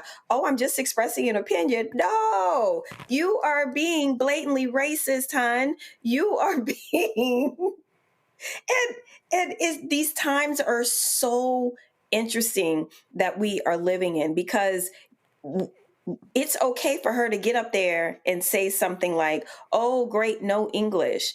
Just completely just taking a jab at so many people in this country. And again, we need to point out, geography class, where is Puerto Rico, folks? It is not in Latin America. I know they think that, right? But it really isn't. And you know, I'm giggling right now because yes, I agree. Y'all want to go ahead and y'all want to produce that show, and then at the end we come back and we show receipts, just like when Jimmy Kimmel was kicked off, and then they were like, oh, you know, whatever, bye, Jimmy. And then the people spoke up and Jimmy's receipts came out the night when he came back. So let's go ahead. Y'all go ahead and book Creed. Let's see what Bad Bunny up against Creed with those two shows look like. Go ahead and do it. I will actually watch. But here's the one that cracks me up. I'm just confused, y'all. Do white folks still eat tacos? Yeah, they still eat them. Yeah. Well, they love tacos Tuesday. Do white folks still drink tequila? Tear it down. That's their favorite drink of choice. They think they made it. They drink it so much. I want to yeah. So, I mean, did white folks bypass fajitas? Never. So I'm just trying to understand. I love all these people who talk about white culture. What y'all got? Meatloaf? They don't even know. Potato salad with raisins? Roland, I have meatloaf upstairs. I'm going to tear up at 8 o'clock. Your ass got meatloaf? He said 8 o'clock, Roland. Just low key. You heard that, right? 8 o'clock. Your ass got some meatloaf? What you got? You got some white neighbors? No, I got it from the soul food spot around the corner. Oh, you have seasoned meatloaf. It's very He's seasoned. saying they can't even claim the meatloaf because black people do meatloaf. That's what you're trying to say. Listen, you just can't put a big old piece of meat in the oven and think this is gonna magically just taste good. I mean, No. We don't need you talking about cooking. Stop. You know what? Nola, stop. Just because you haven't had my gumbo. Nola, ain't nobody had your gumbo. What you're not about to do. Nola, ain't nobody had your gumbo. Talk about food coming out of my kitchen. Nola, ain't nobody had your gumbo. You haven't had my gumbo. Ain't nobody had your gumbo. You haven't had my gumbo. Ain't nobody had your etouffee. Nothing better else to do tonight. Ain't nobody had your etouffee. Ain't nobody had your jambalaya. We talk about white people. ain't nobody had your beignets. Ain't nobody had black on black crime. What? Right. What is this? No, ain't nobody had your fried chicken. Ain't nobody had your bread pudding. Stop it. And nobody meaning him. Nola, you know doggone well you are the DoorDash Uber Eats queen. Stop it. I am not. Who told you that lie? Anyway, I am just sick and tired of, Lord, these people getting on my nerves. Do y'all understand that if black people, Latino people, and Asian people just got up and left America, white folks wouldn't know how to dance. They wouldn't know. They wouldn't have no food to eat. They wouldn't know how to dress. It kills me. It kills me, Reese, how they really act like they have not benefited from diversity. Well, they know they have, but you just got people who just a little salty because they ain't got the seasoning, they ain't got the swag that we have. To be honest, though, they got their own little world. Cause I couldn't name 3 country bands outside of Beyonce, Shabuzi and like Tanner and I know the black ones. I don't know none of the white ones like that, you know. So they have their own stuff. I don't know why they gotta be mad that other people have stuff too. Because they got their own stuff. They got heavy metal and shit. They got mostly country. So what's the problem? I don't understand people who have everything always so mad that somebody else get a little bit of piece of the pie. Right. I mean, I I understand it. You know, and I don't think I did anything on this here. I don't think I did anything on this here. But did y'all know that them white folks got so mad at Beyonce that they changed the damn Grammy category? Mm-hmm. Did y'all know that? Oh, I do remember that. Mm-hmm. I mean, they got so mad that, Lou Alcindor, also Kareem Abdul-Jabbar, dominated basketball so much they outlawed dunking. And now you can't dunk. You can't dunk. So these folk here got so upset that they just changed the rule. Matter of fact, this is an article in the Hollywood Reporter. How the Grammys' new Beyonce rule is polarizing country music. What they say right here, what they did was the Academy says the change will award modern country while still giving a chance to recognize sub-genres like Americana. In June, Recording Academy CEO Harvey Mason Jr. insisted the proposal to bifurcate country into two categories had been submitted well before Beyonce's win, and that country stakeholders had brought this proposal forward several times in the past. The community of people making country music in all different subgenres came to us with the proposal and said they wanted more variety in how their music is honored. It makes country parallel with what's happening in other genres, but it's also creating space for where this genre is going. Now, Harvey black, but Harvey know what they did. They like, y'all keep having them Beyonce doing country music. Y'all see Neo dropped a new country song? It don't really sound country. It sound really more R&B. But he did put a black cowboy hat on, so I guess he called it country. Well, you threw a cowboy hat on out of nowhere. I had to rewind it like, did Roland have his cowboy hat on the whole show? Oh, baby, I came here with Well, at least he's from that part of the world. I think a cowboy hat look good. I need one because my head is big, so I need to get a cowboy hat that can fit my head. Oh, baby, I came here with it. So, I got about 25, so... Roland. Let me hold one. I came here with it. See, I don't wear them trucker hats like Nola, but here's a perfect example that they so mad at black people. Shit, we gonna change the damn category. We gonna change the category. You must be that bitch for them to do that though. Like that's power. Yeah, it is. I mean, these people literally. With that press. They literally are upset. They mad. It's like, damn it, we gonna change the category because we just can't handle y'all winning. I'm like, man, y'all come on. I love it. Y'all come on. Sounds like DEI. Right. No, sound like a quota. Mm-hmm. Sound like a quota. Sounds like we can't win nothing on our own merits. And remember, she said in her acceptance speech, I think sometimes genre is a code word to keep us in our place as artists. And I just want to encourage people to do what they're passionate about and stay persistent. Now, y'all need to understand, which is why I think this is hilarious, because the reality, and again, this is the article that is in the Hollywood Reporter. And let me go ahead and say this. No, going back. Let me just say this here.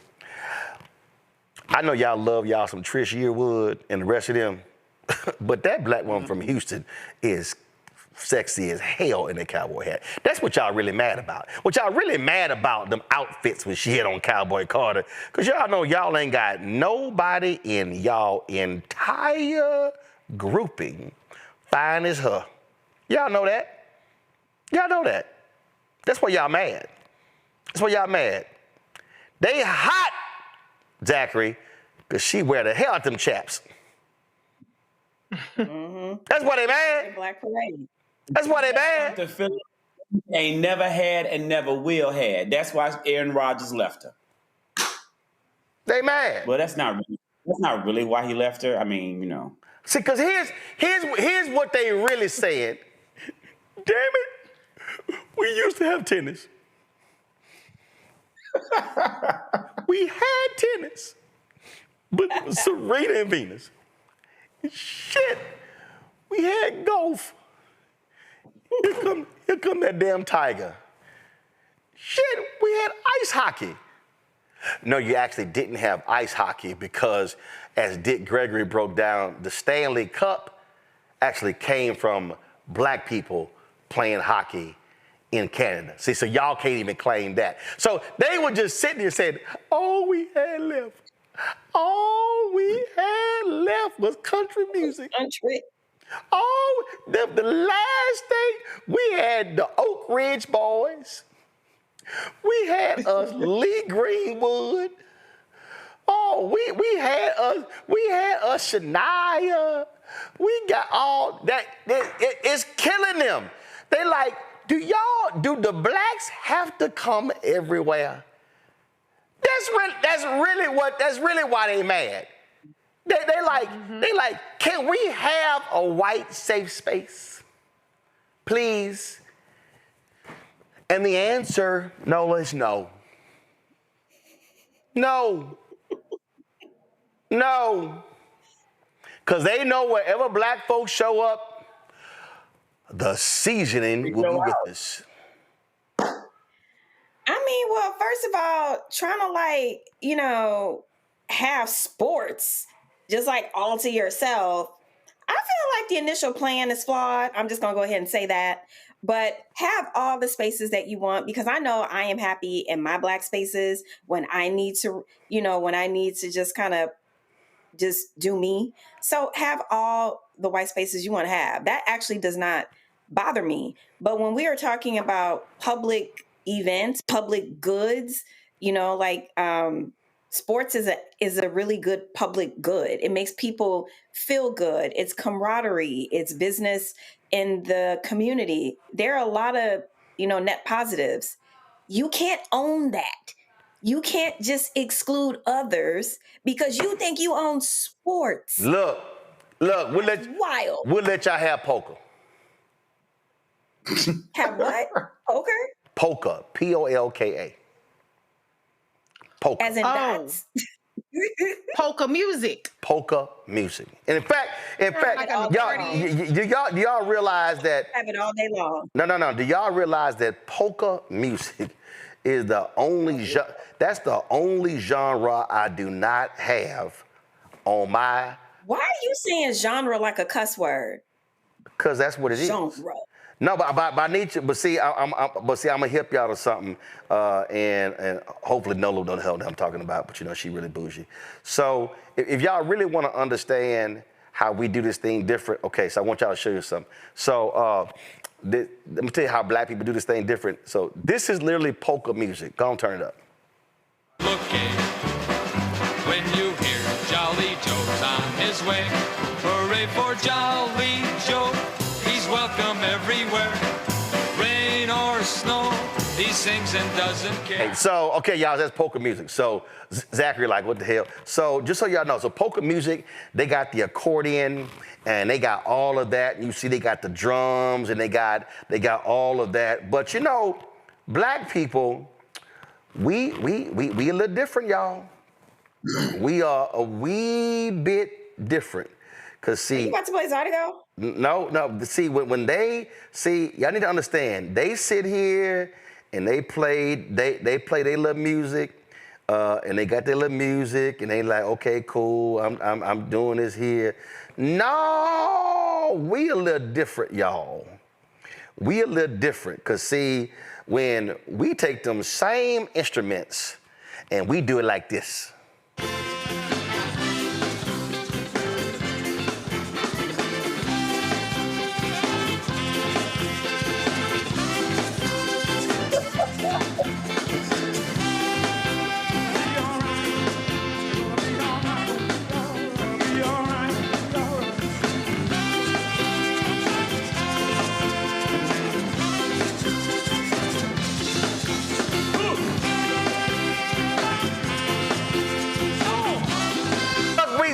the late Buckwheat Zydeco right there. So we gonna take the same instruments so y'all can have poker. We gonna call that thing Zydeco. So we gonna take the same instruments, but like I told y'all, we gonna have some seasoning. I'm just saying. All right. So Grammys, y'all can change your little category. Y'all can have the little modern, traditional, boring ass, twangy, whatever. But you know what's gonna happen. It's a whole bunch of people coming behind Shabuzi and Beyonce. Y'all know Kane Brown gonna be coming for them country wars next year. And y'all know Raina gonna be coming for it. So and like I say, my man October London, his alter ego is Sam Nash. Man, y'all better ask somebody. That's gonna be happening as well. So I'm just loving all of these folk. I'm loving these white MAGA folk who like, man, can we get away from these people? Can we get away? No, y'all can't get away. So you know what? I'm just gonna go ahead and do this here. October London's my homeboy. So we're gonna go to commercial break, y'all, with October London's alter ego, country singer Sam Nash.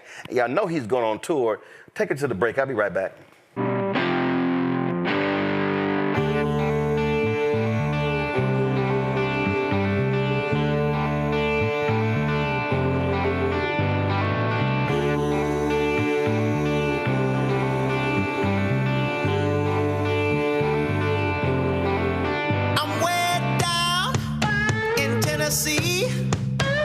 Where the whiskey tastes the best and all the girls look good in jeans. I'm way down in Tennessee. That's my home away from home, built off love and family. I know love and I've met hate. I've been a sinner, I've been no saint. Been up and down, I've witnessed fate. I've had my troubles, have no complaints. Who I am is who I be. I'm only one man, as you can see. And if I strive to be only me, I'll make them proud in Tennessee. Go and get down, pour you some liquor.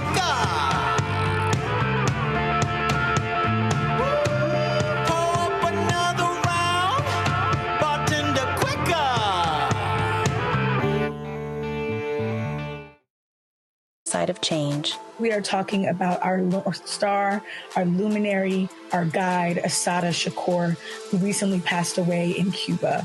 We're going to unpack her legacy.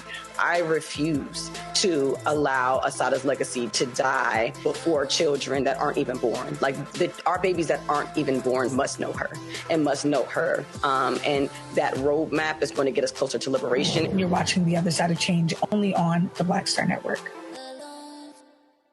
I'm Russell L. Honoré, Lieutenant General, United States Army retired, and you're watching Roland Martin Unfiltered.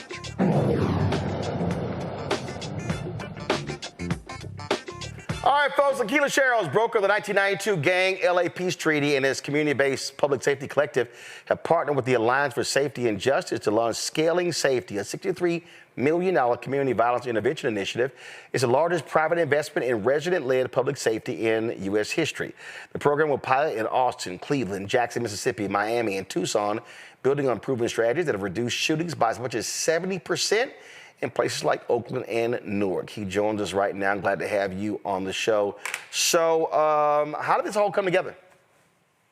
Well, you know, I've been working with Lenora Anderson and the Alliance for Safety and Justice for over a decade. And, you know, lifting up the work that we had been doing in Newark, New Jersey for the past 8 years. In 2014, you know, I got a call from Mayor Baraka. He's been a good friend of mine for about 20 years. And he asked me to help him to build out his community-based public safety initiative. And, you know, Newark was on the top 10 most violent city list for almost 50 consecutive years, family. And, you know, through Mayor Baraka's genius and my support, you know, we put together the Newark Community Street Team. First 2 years, we had double-digit reductions in homicides. In 2014, when we started, it was 103 homicides in the city. Last year, we had 37. As a result of this work, I was tapped, you know, by the White House to run the White House Community Violence Intervention Collaborative. 16 cities, 52 community-based organizations that do community violence intervention as a public health approach to reducing violence and crime. And it was phenomenal. We was able to pass the Bipartisan Safer Communities Act, through the Biden administration. The Biden administration turbocharged the work, put $250 million in this work. We were able to fund agencies all across the country, contributing to a 30% decline across the country. And so Lenore and I partnered, and we applied for this fund called Audacious. It's the largest social impact fund in the world. We were one, our 10 of 14,000 applications. It was brutal, family, going through the 18-month process. But we raised $63 million to invest in these, 5 key communities across the country, with Newark being our North Star, with the goal of continuing to build infrastructure for our community-based partners, reducing violence by 50%, tripling organizations, fiscal and organizational capacity, doubling access to resources. This is our North Star, and making that investment permanent in cities. There's very few cities across the country, with the exception of Newark and Los Angeles, that has a line item budget for community-based public safety, right? We got law enforcement, policing, fire department, EMS. There should be a line item, permanent line item, for community-based public safety that doesn't change when elected officials change. And so this is the work that we're now doing in these cities to make sure that our folks are safe. Black folks have never felt safe in this country, and this initiative essentially puts the power in the hands of the people. You can't have public safety without the public. And so this is, our initiative to make sure that our neighborhoods are safe, and that we reduce violence and we sustain that reduction through our collective work. So you telling me that this stuff can happen without the National Guard? Absolutely. We've been reducing violence for 30 years. It's evidence-based, it's anecdotal, it's community-supported.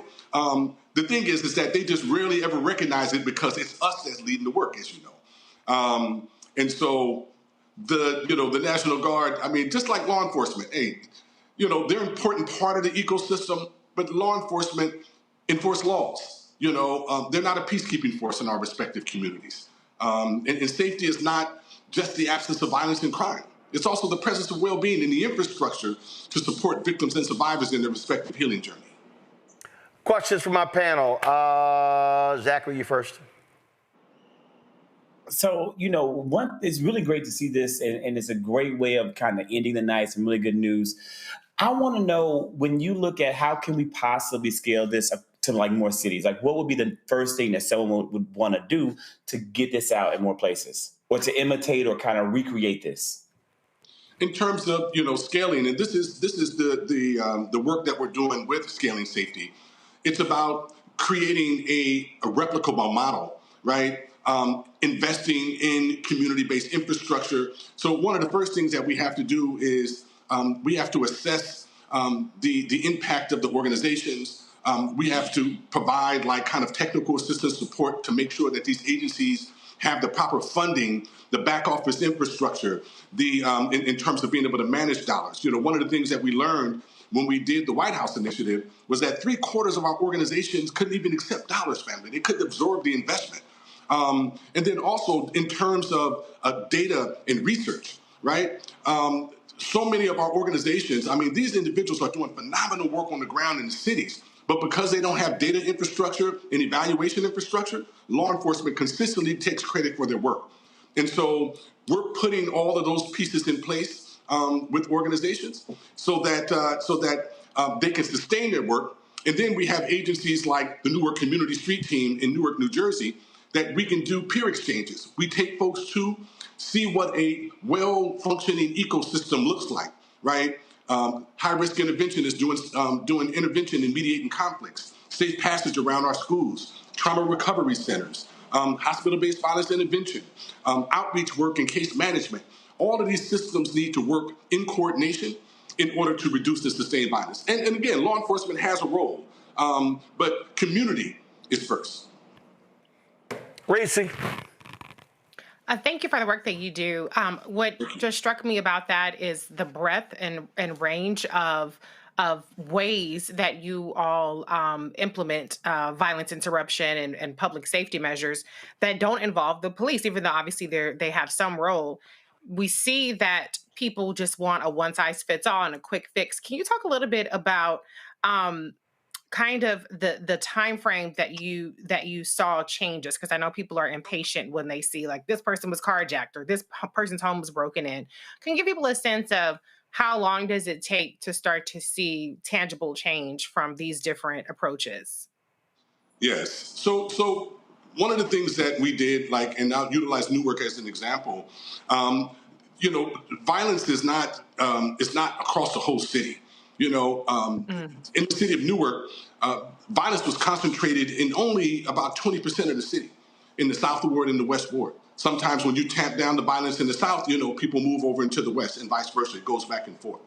And so one of the things that you have to do is you have to put, you have to hire the residents from the neighborhood, right? You hire the local credible messengers, the ex-gang members, the ex-convicts, the ex-drug dealers, those who have real credibility in the neighborhood that used to be a part of the get down, who changed their life and they have atoned, and then, you train them. We don't put anybody out in the field who hasn't been trained. We have an organization that we work with, the Professional Community Intervention Training Institute. We train folks in conflict resolution, mediation, and de-escalation strategies. Then we deploy them in key parts of their neighborhood and ask them to utilize your relationship capital to intervene and mediate conflicts to peaceful resolve. Now, this work is difficult. You know what I'm saying? Because you're working with folks who come to this work with a tremendous amount of trauma. So you have to develop new workforce development models, that meet people where they are, and so there are systems that have to be put in place. And so we're essentially building an institution, right, where in many cases none exists. The thing that underscores all of the violence in the neighborhood is trauma and poverty. So if you incentivize peace, if you pay individuals, right, to come to the table, to be trained and to utilize your relationship capital, and then you provide trauma recovery services to address some of those angst that sometimes prevents us from getting out of our own way to access our destiny force and our life purpose. You create a pathway that is, it's just life changing. The people in the South Ward in Newark, they own safety in their neighborhood. They own it. I was fortunate enough to be called in, by my brother, Mayor Baraka. This is what his charge was to me. He was like, I don't want you to bring the LA model. I don't want you to bring the Chicago model. He was like, I want you to build the Newark model. Every community is different and has its own nuances in culture. And so we were able to tap into that. And today, this organization that I started, 9 years ago with a modest investment from local philanthropy and the support of the mayor, today it's a multi-million-dollar agency, over 80 staff, and this November is going to have one of the first mixed method evaluation reports led by a Black organization that shows that they reduce violence and crime without law enforcement. Phenomenal. And so now we can take this research and then take it to different cities across the country and share best practices.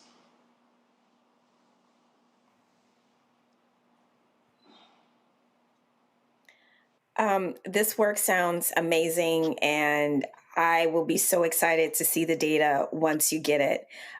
So my question is, in this current political climate, what does it look like on the ground? And specifically what I mean is, I know that in the national security community, when it comes to, say, something like counterterrorism, that this administration has yanked a lot of prevention programs.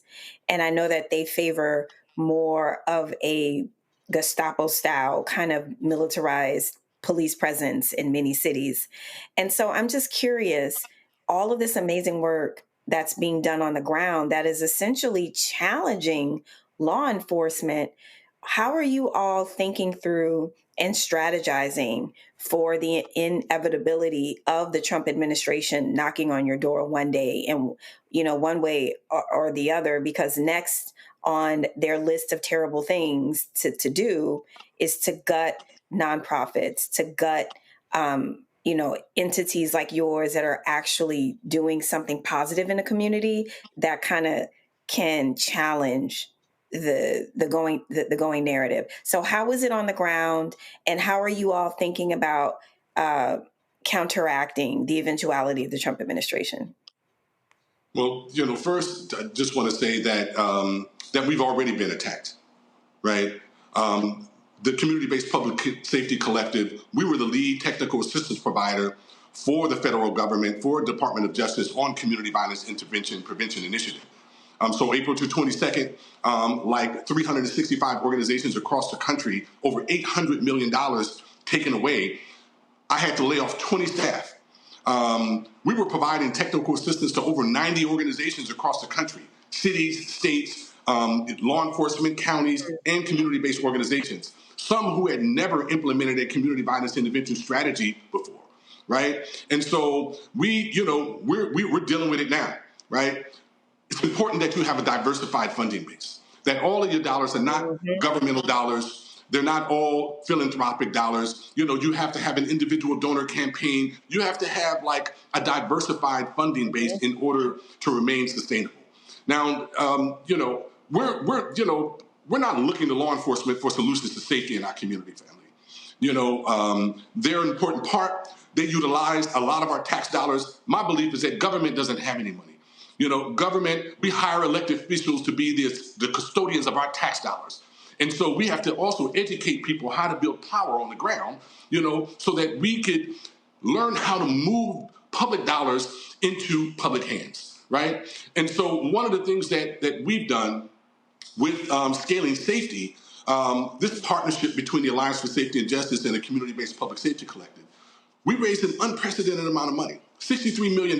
Now, it's not, in the larger scheme of things, it's not a whole lot of money. However, it's going to allow us to invest in these 5 cities, a little more than, 3/4 of those dollars will be re-granted to those agencies.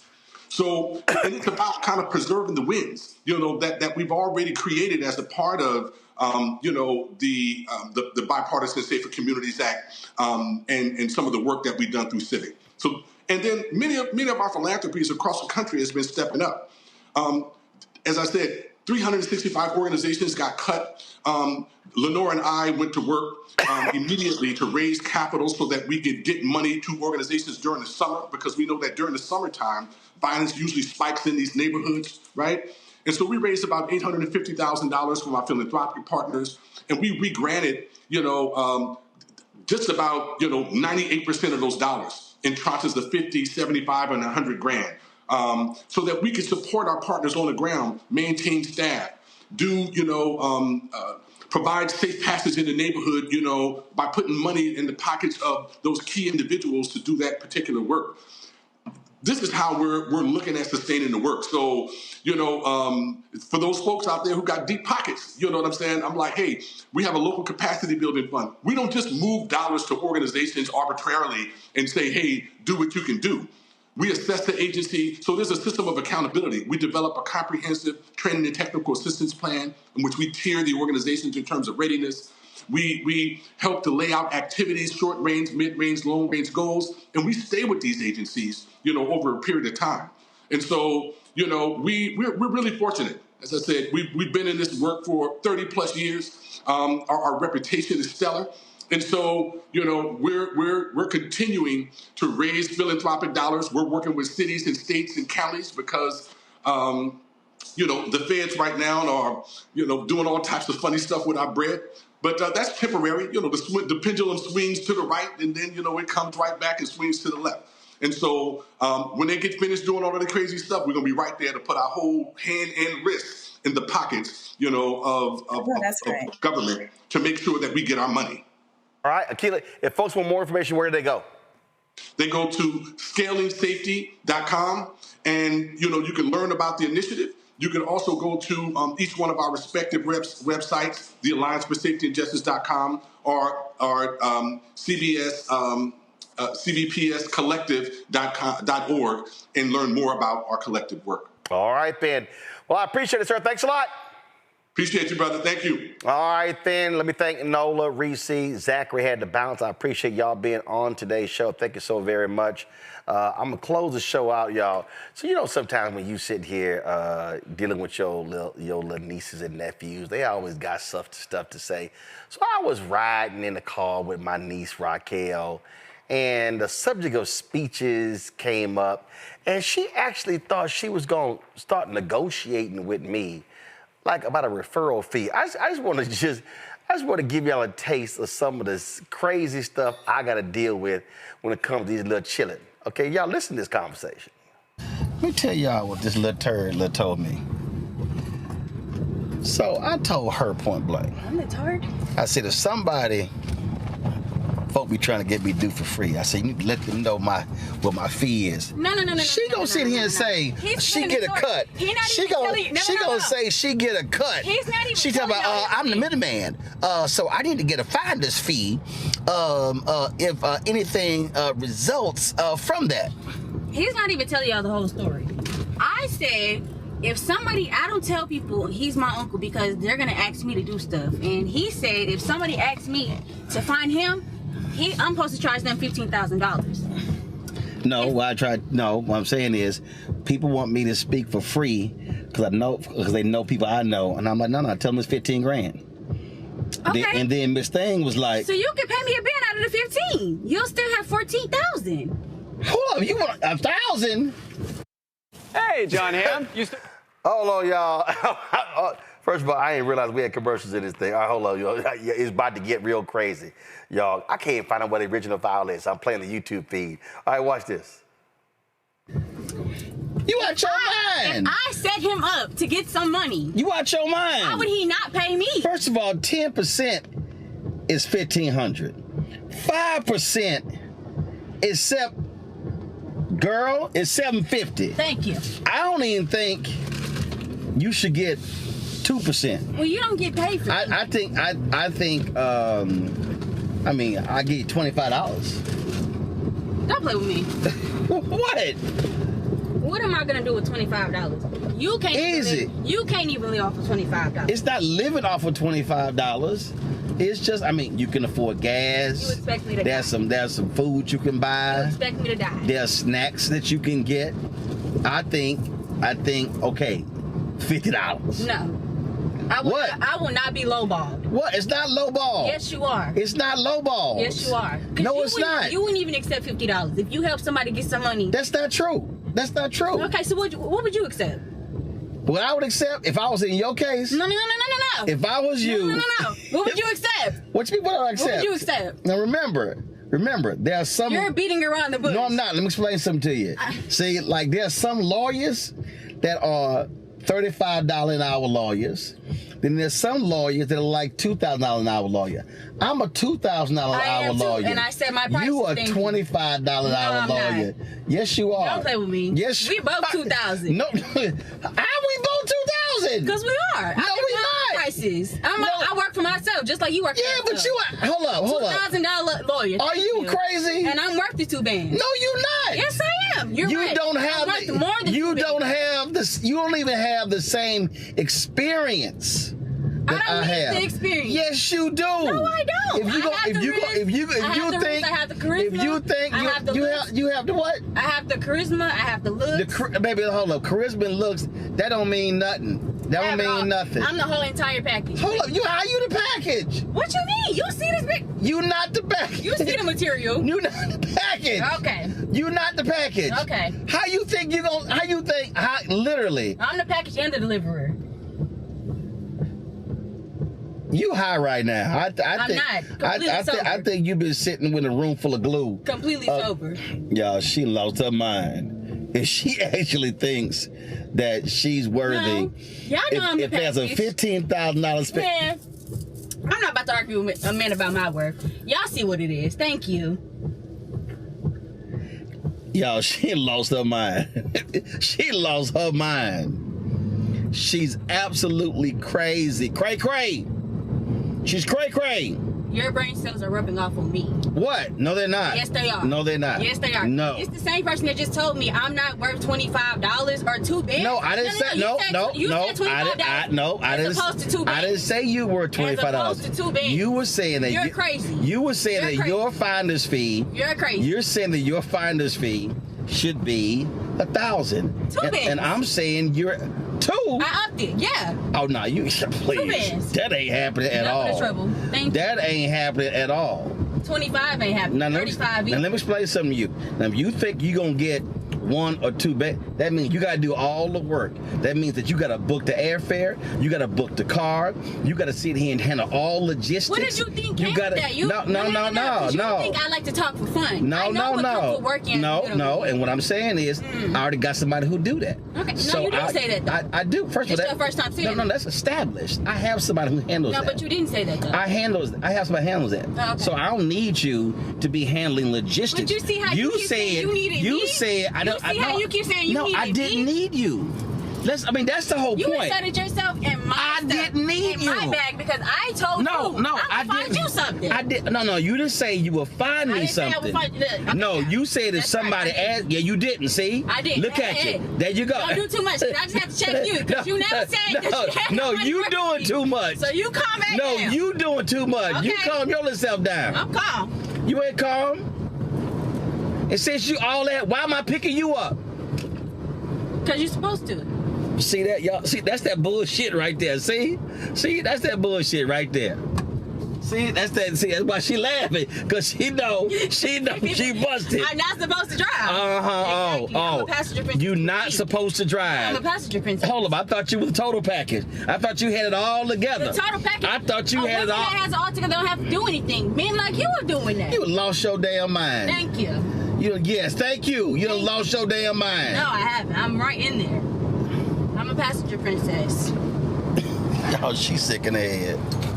She's sick in the head. Okay. That child need to be committed. Because she cray-cray. That one right there.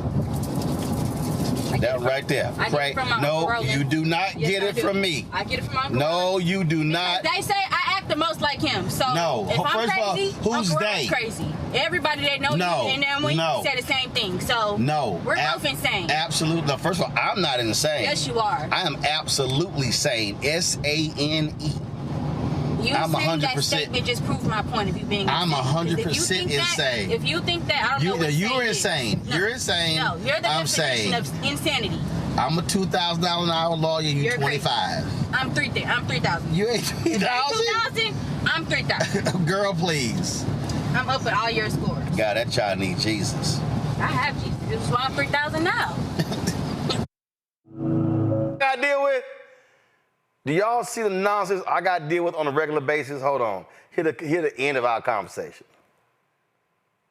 The power of the Lord is with me. Okay, I'm done because she done lost her mind. Lost her mind. That's gonna be the name of her podcast. I done lost my mind. You gonna help me find it? Absolutely not. Because you don't have a mind to help me find it. Oh no, darling, I have a mind. I'm telling y'all. First of all, there ain't nothing but brilliance here. Oh God, I don't even know why I got you started. Ain't nothing but sheer brilliance here. Oh God. Let's just be real clear. Everybody know that. Everybody know that. Okay, well when you get, I mean, this like genius level. Oh. You know, I mean, I don't know what's happening over there. I don't know. You see me. Yes, Thank you. I see you riding. If I call you my chauffeur, you're gonna be mad. Yeah. If I call you my chauffeur, you're gonna be mad. Nah, you don't sit in front seat calling somebody no damn chauffeur. Yes, I am. Personal chauffeur. Can y'all afford that? No, I don't think so. Thank you. I'm done with this little shit. Her sister's little turd 1A. She little turd 1B since they twins. All right, y'all. I gotta go. I gotta sit here and focus on the road. Be somebody's damn Uber. And focus on the road. Yeah, whatever. Because my driver will be getting 1 stars for this. And matter of fact, this distance driving way the hell over here, past where I grew up, this is at least a $70 Uber. So now you owe me money. Okay. Now you owe me money. How would you like your payment? Easy. I want cash. Boy, and amazing how we lost our. It's like we lost our tongue, huh? As for that money, they stopped talking. I don't carry cash. I'm a woman. Okay, I told we done. Bye, whatever. Do y'all see the bullshit I got to deal with? Do y'all now understand the nonsense I have to deal with on a regular basis? These badass kids. Man. All right, y'all. That's it for us. If y'all want to support the work that we do, some of y'all, wait a minute. I see y'all in the comments. Y'all are cracking me up. Let's see here. Somebody said, yeah, Passenger Princess. Passenger Princess. Yeah, she actually called herself Passenger Princess. I'm telling y'all, the girl, she lost her mind. Then somebody said her price keep going up. Right! Her price keep going up. I'm like, you ain't done nothing. All right, y'all. Support the work that we do here, right here on Roland Martin Unfiltered, the Black Star Network. If you want to join our Bring the Fun fan club, our goal is to get 20,000 of our fans contributing on average $50 each a year. That's $4.19 a month, 13 cents a day. Y'all can do so. If you want to use cash, Cash App, you just strike the QR code. You see it right here, bottom left-hand corner. That's for Cash App. PayPal's R Martin Unfiltered, Venmo's RM Unfiltered, Zelle, Roland at RolandSMartin.com, Roland at RolandMartinUnfiltered.com. Check some money order, make it payable to Roland Martin Unfiltered. P.O. Box 57196, Washington, D.C. 2003 7-0196. Y'all YouTube people, hurry the hell up. Hit the doggone like button. We could easily be at 2,000 likes. Just need 600. Y'all hurry, hit the damn button. Y'all over here chatting, hit the doggone button.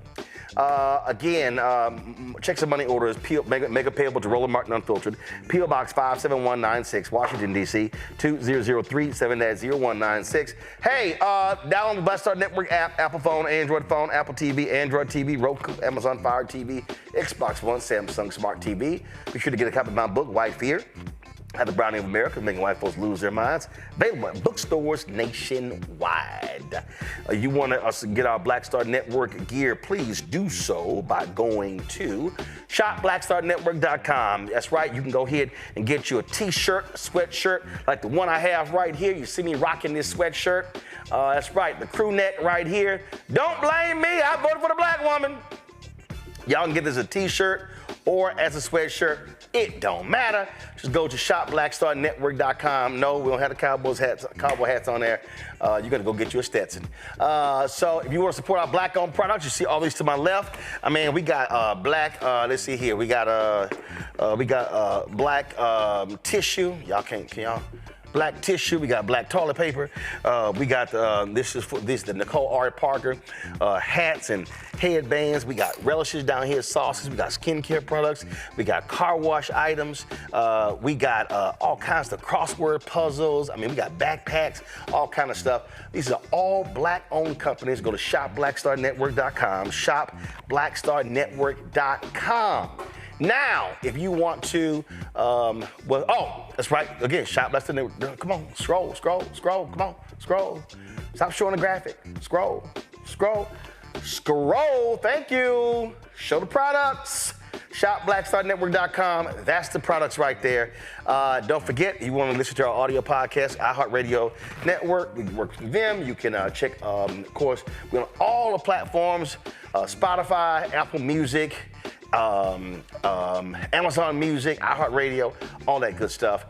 Support fan base. That's right. Download the app.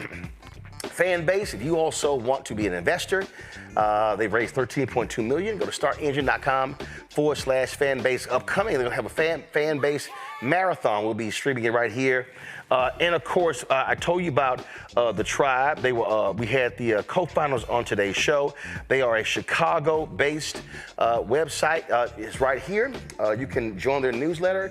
You can also make a contribution to them as well. So when you click that button right here, you see right here, boom, where you can help build the Tribe Fund. You can be a monthly donor or annual donor to the newsletter, or you just want to make a contribution, you can do it right here with credit cards as well, or Apple Pay. So please support local Black-owned media, support, of course, national Black-owned media. All of that absolutely matters. All right, y'all. Man, I got to go. I'll see y'all tomorrow, right here, Roland Martin Unfiltered on the Black Star Network.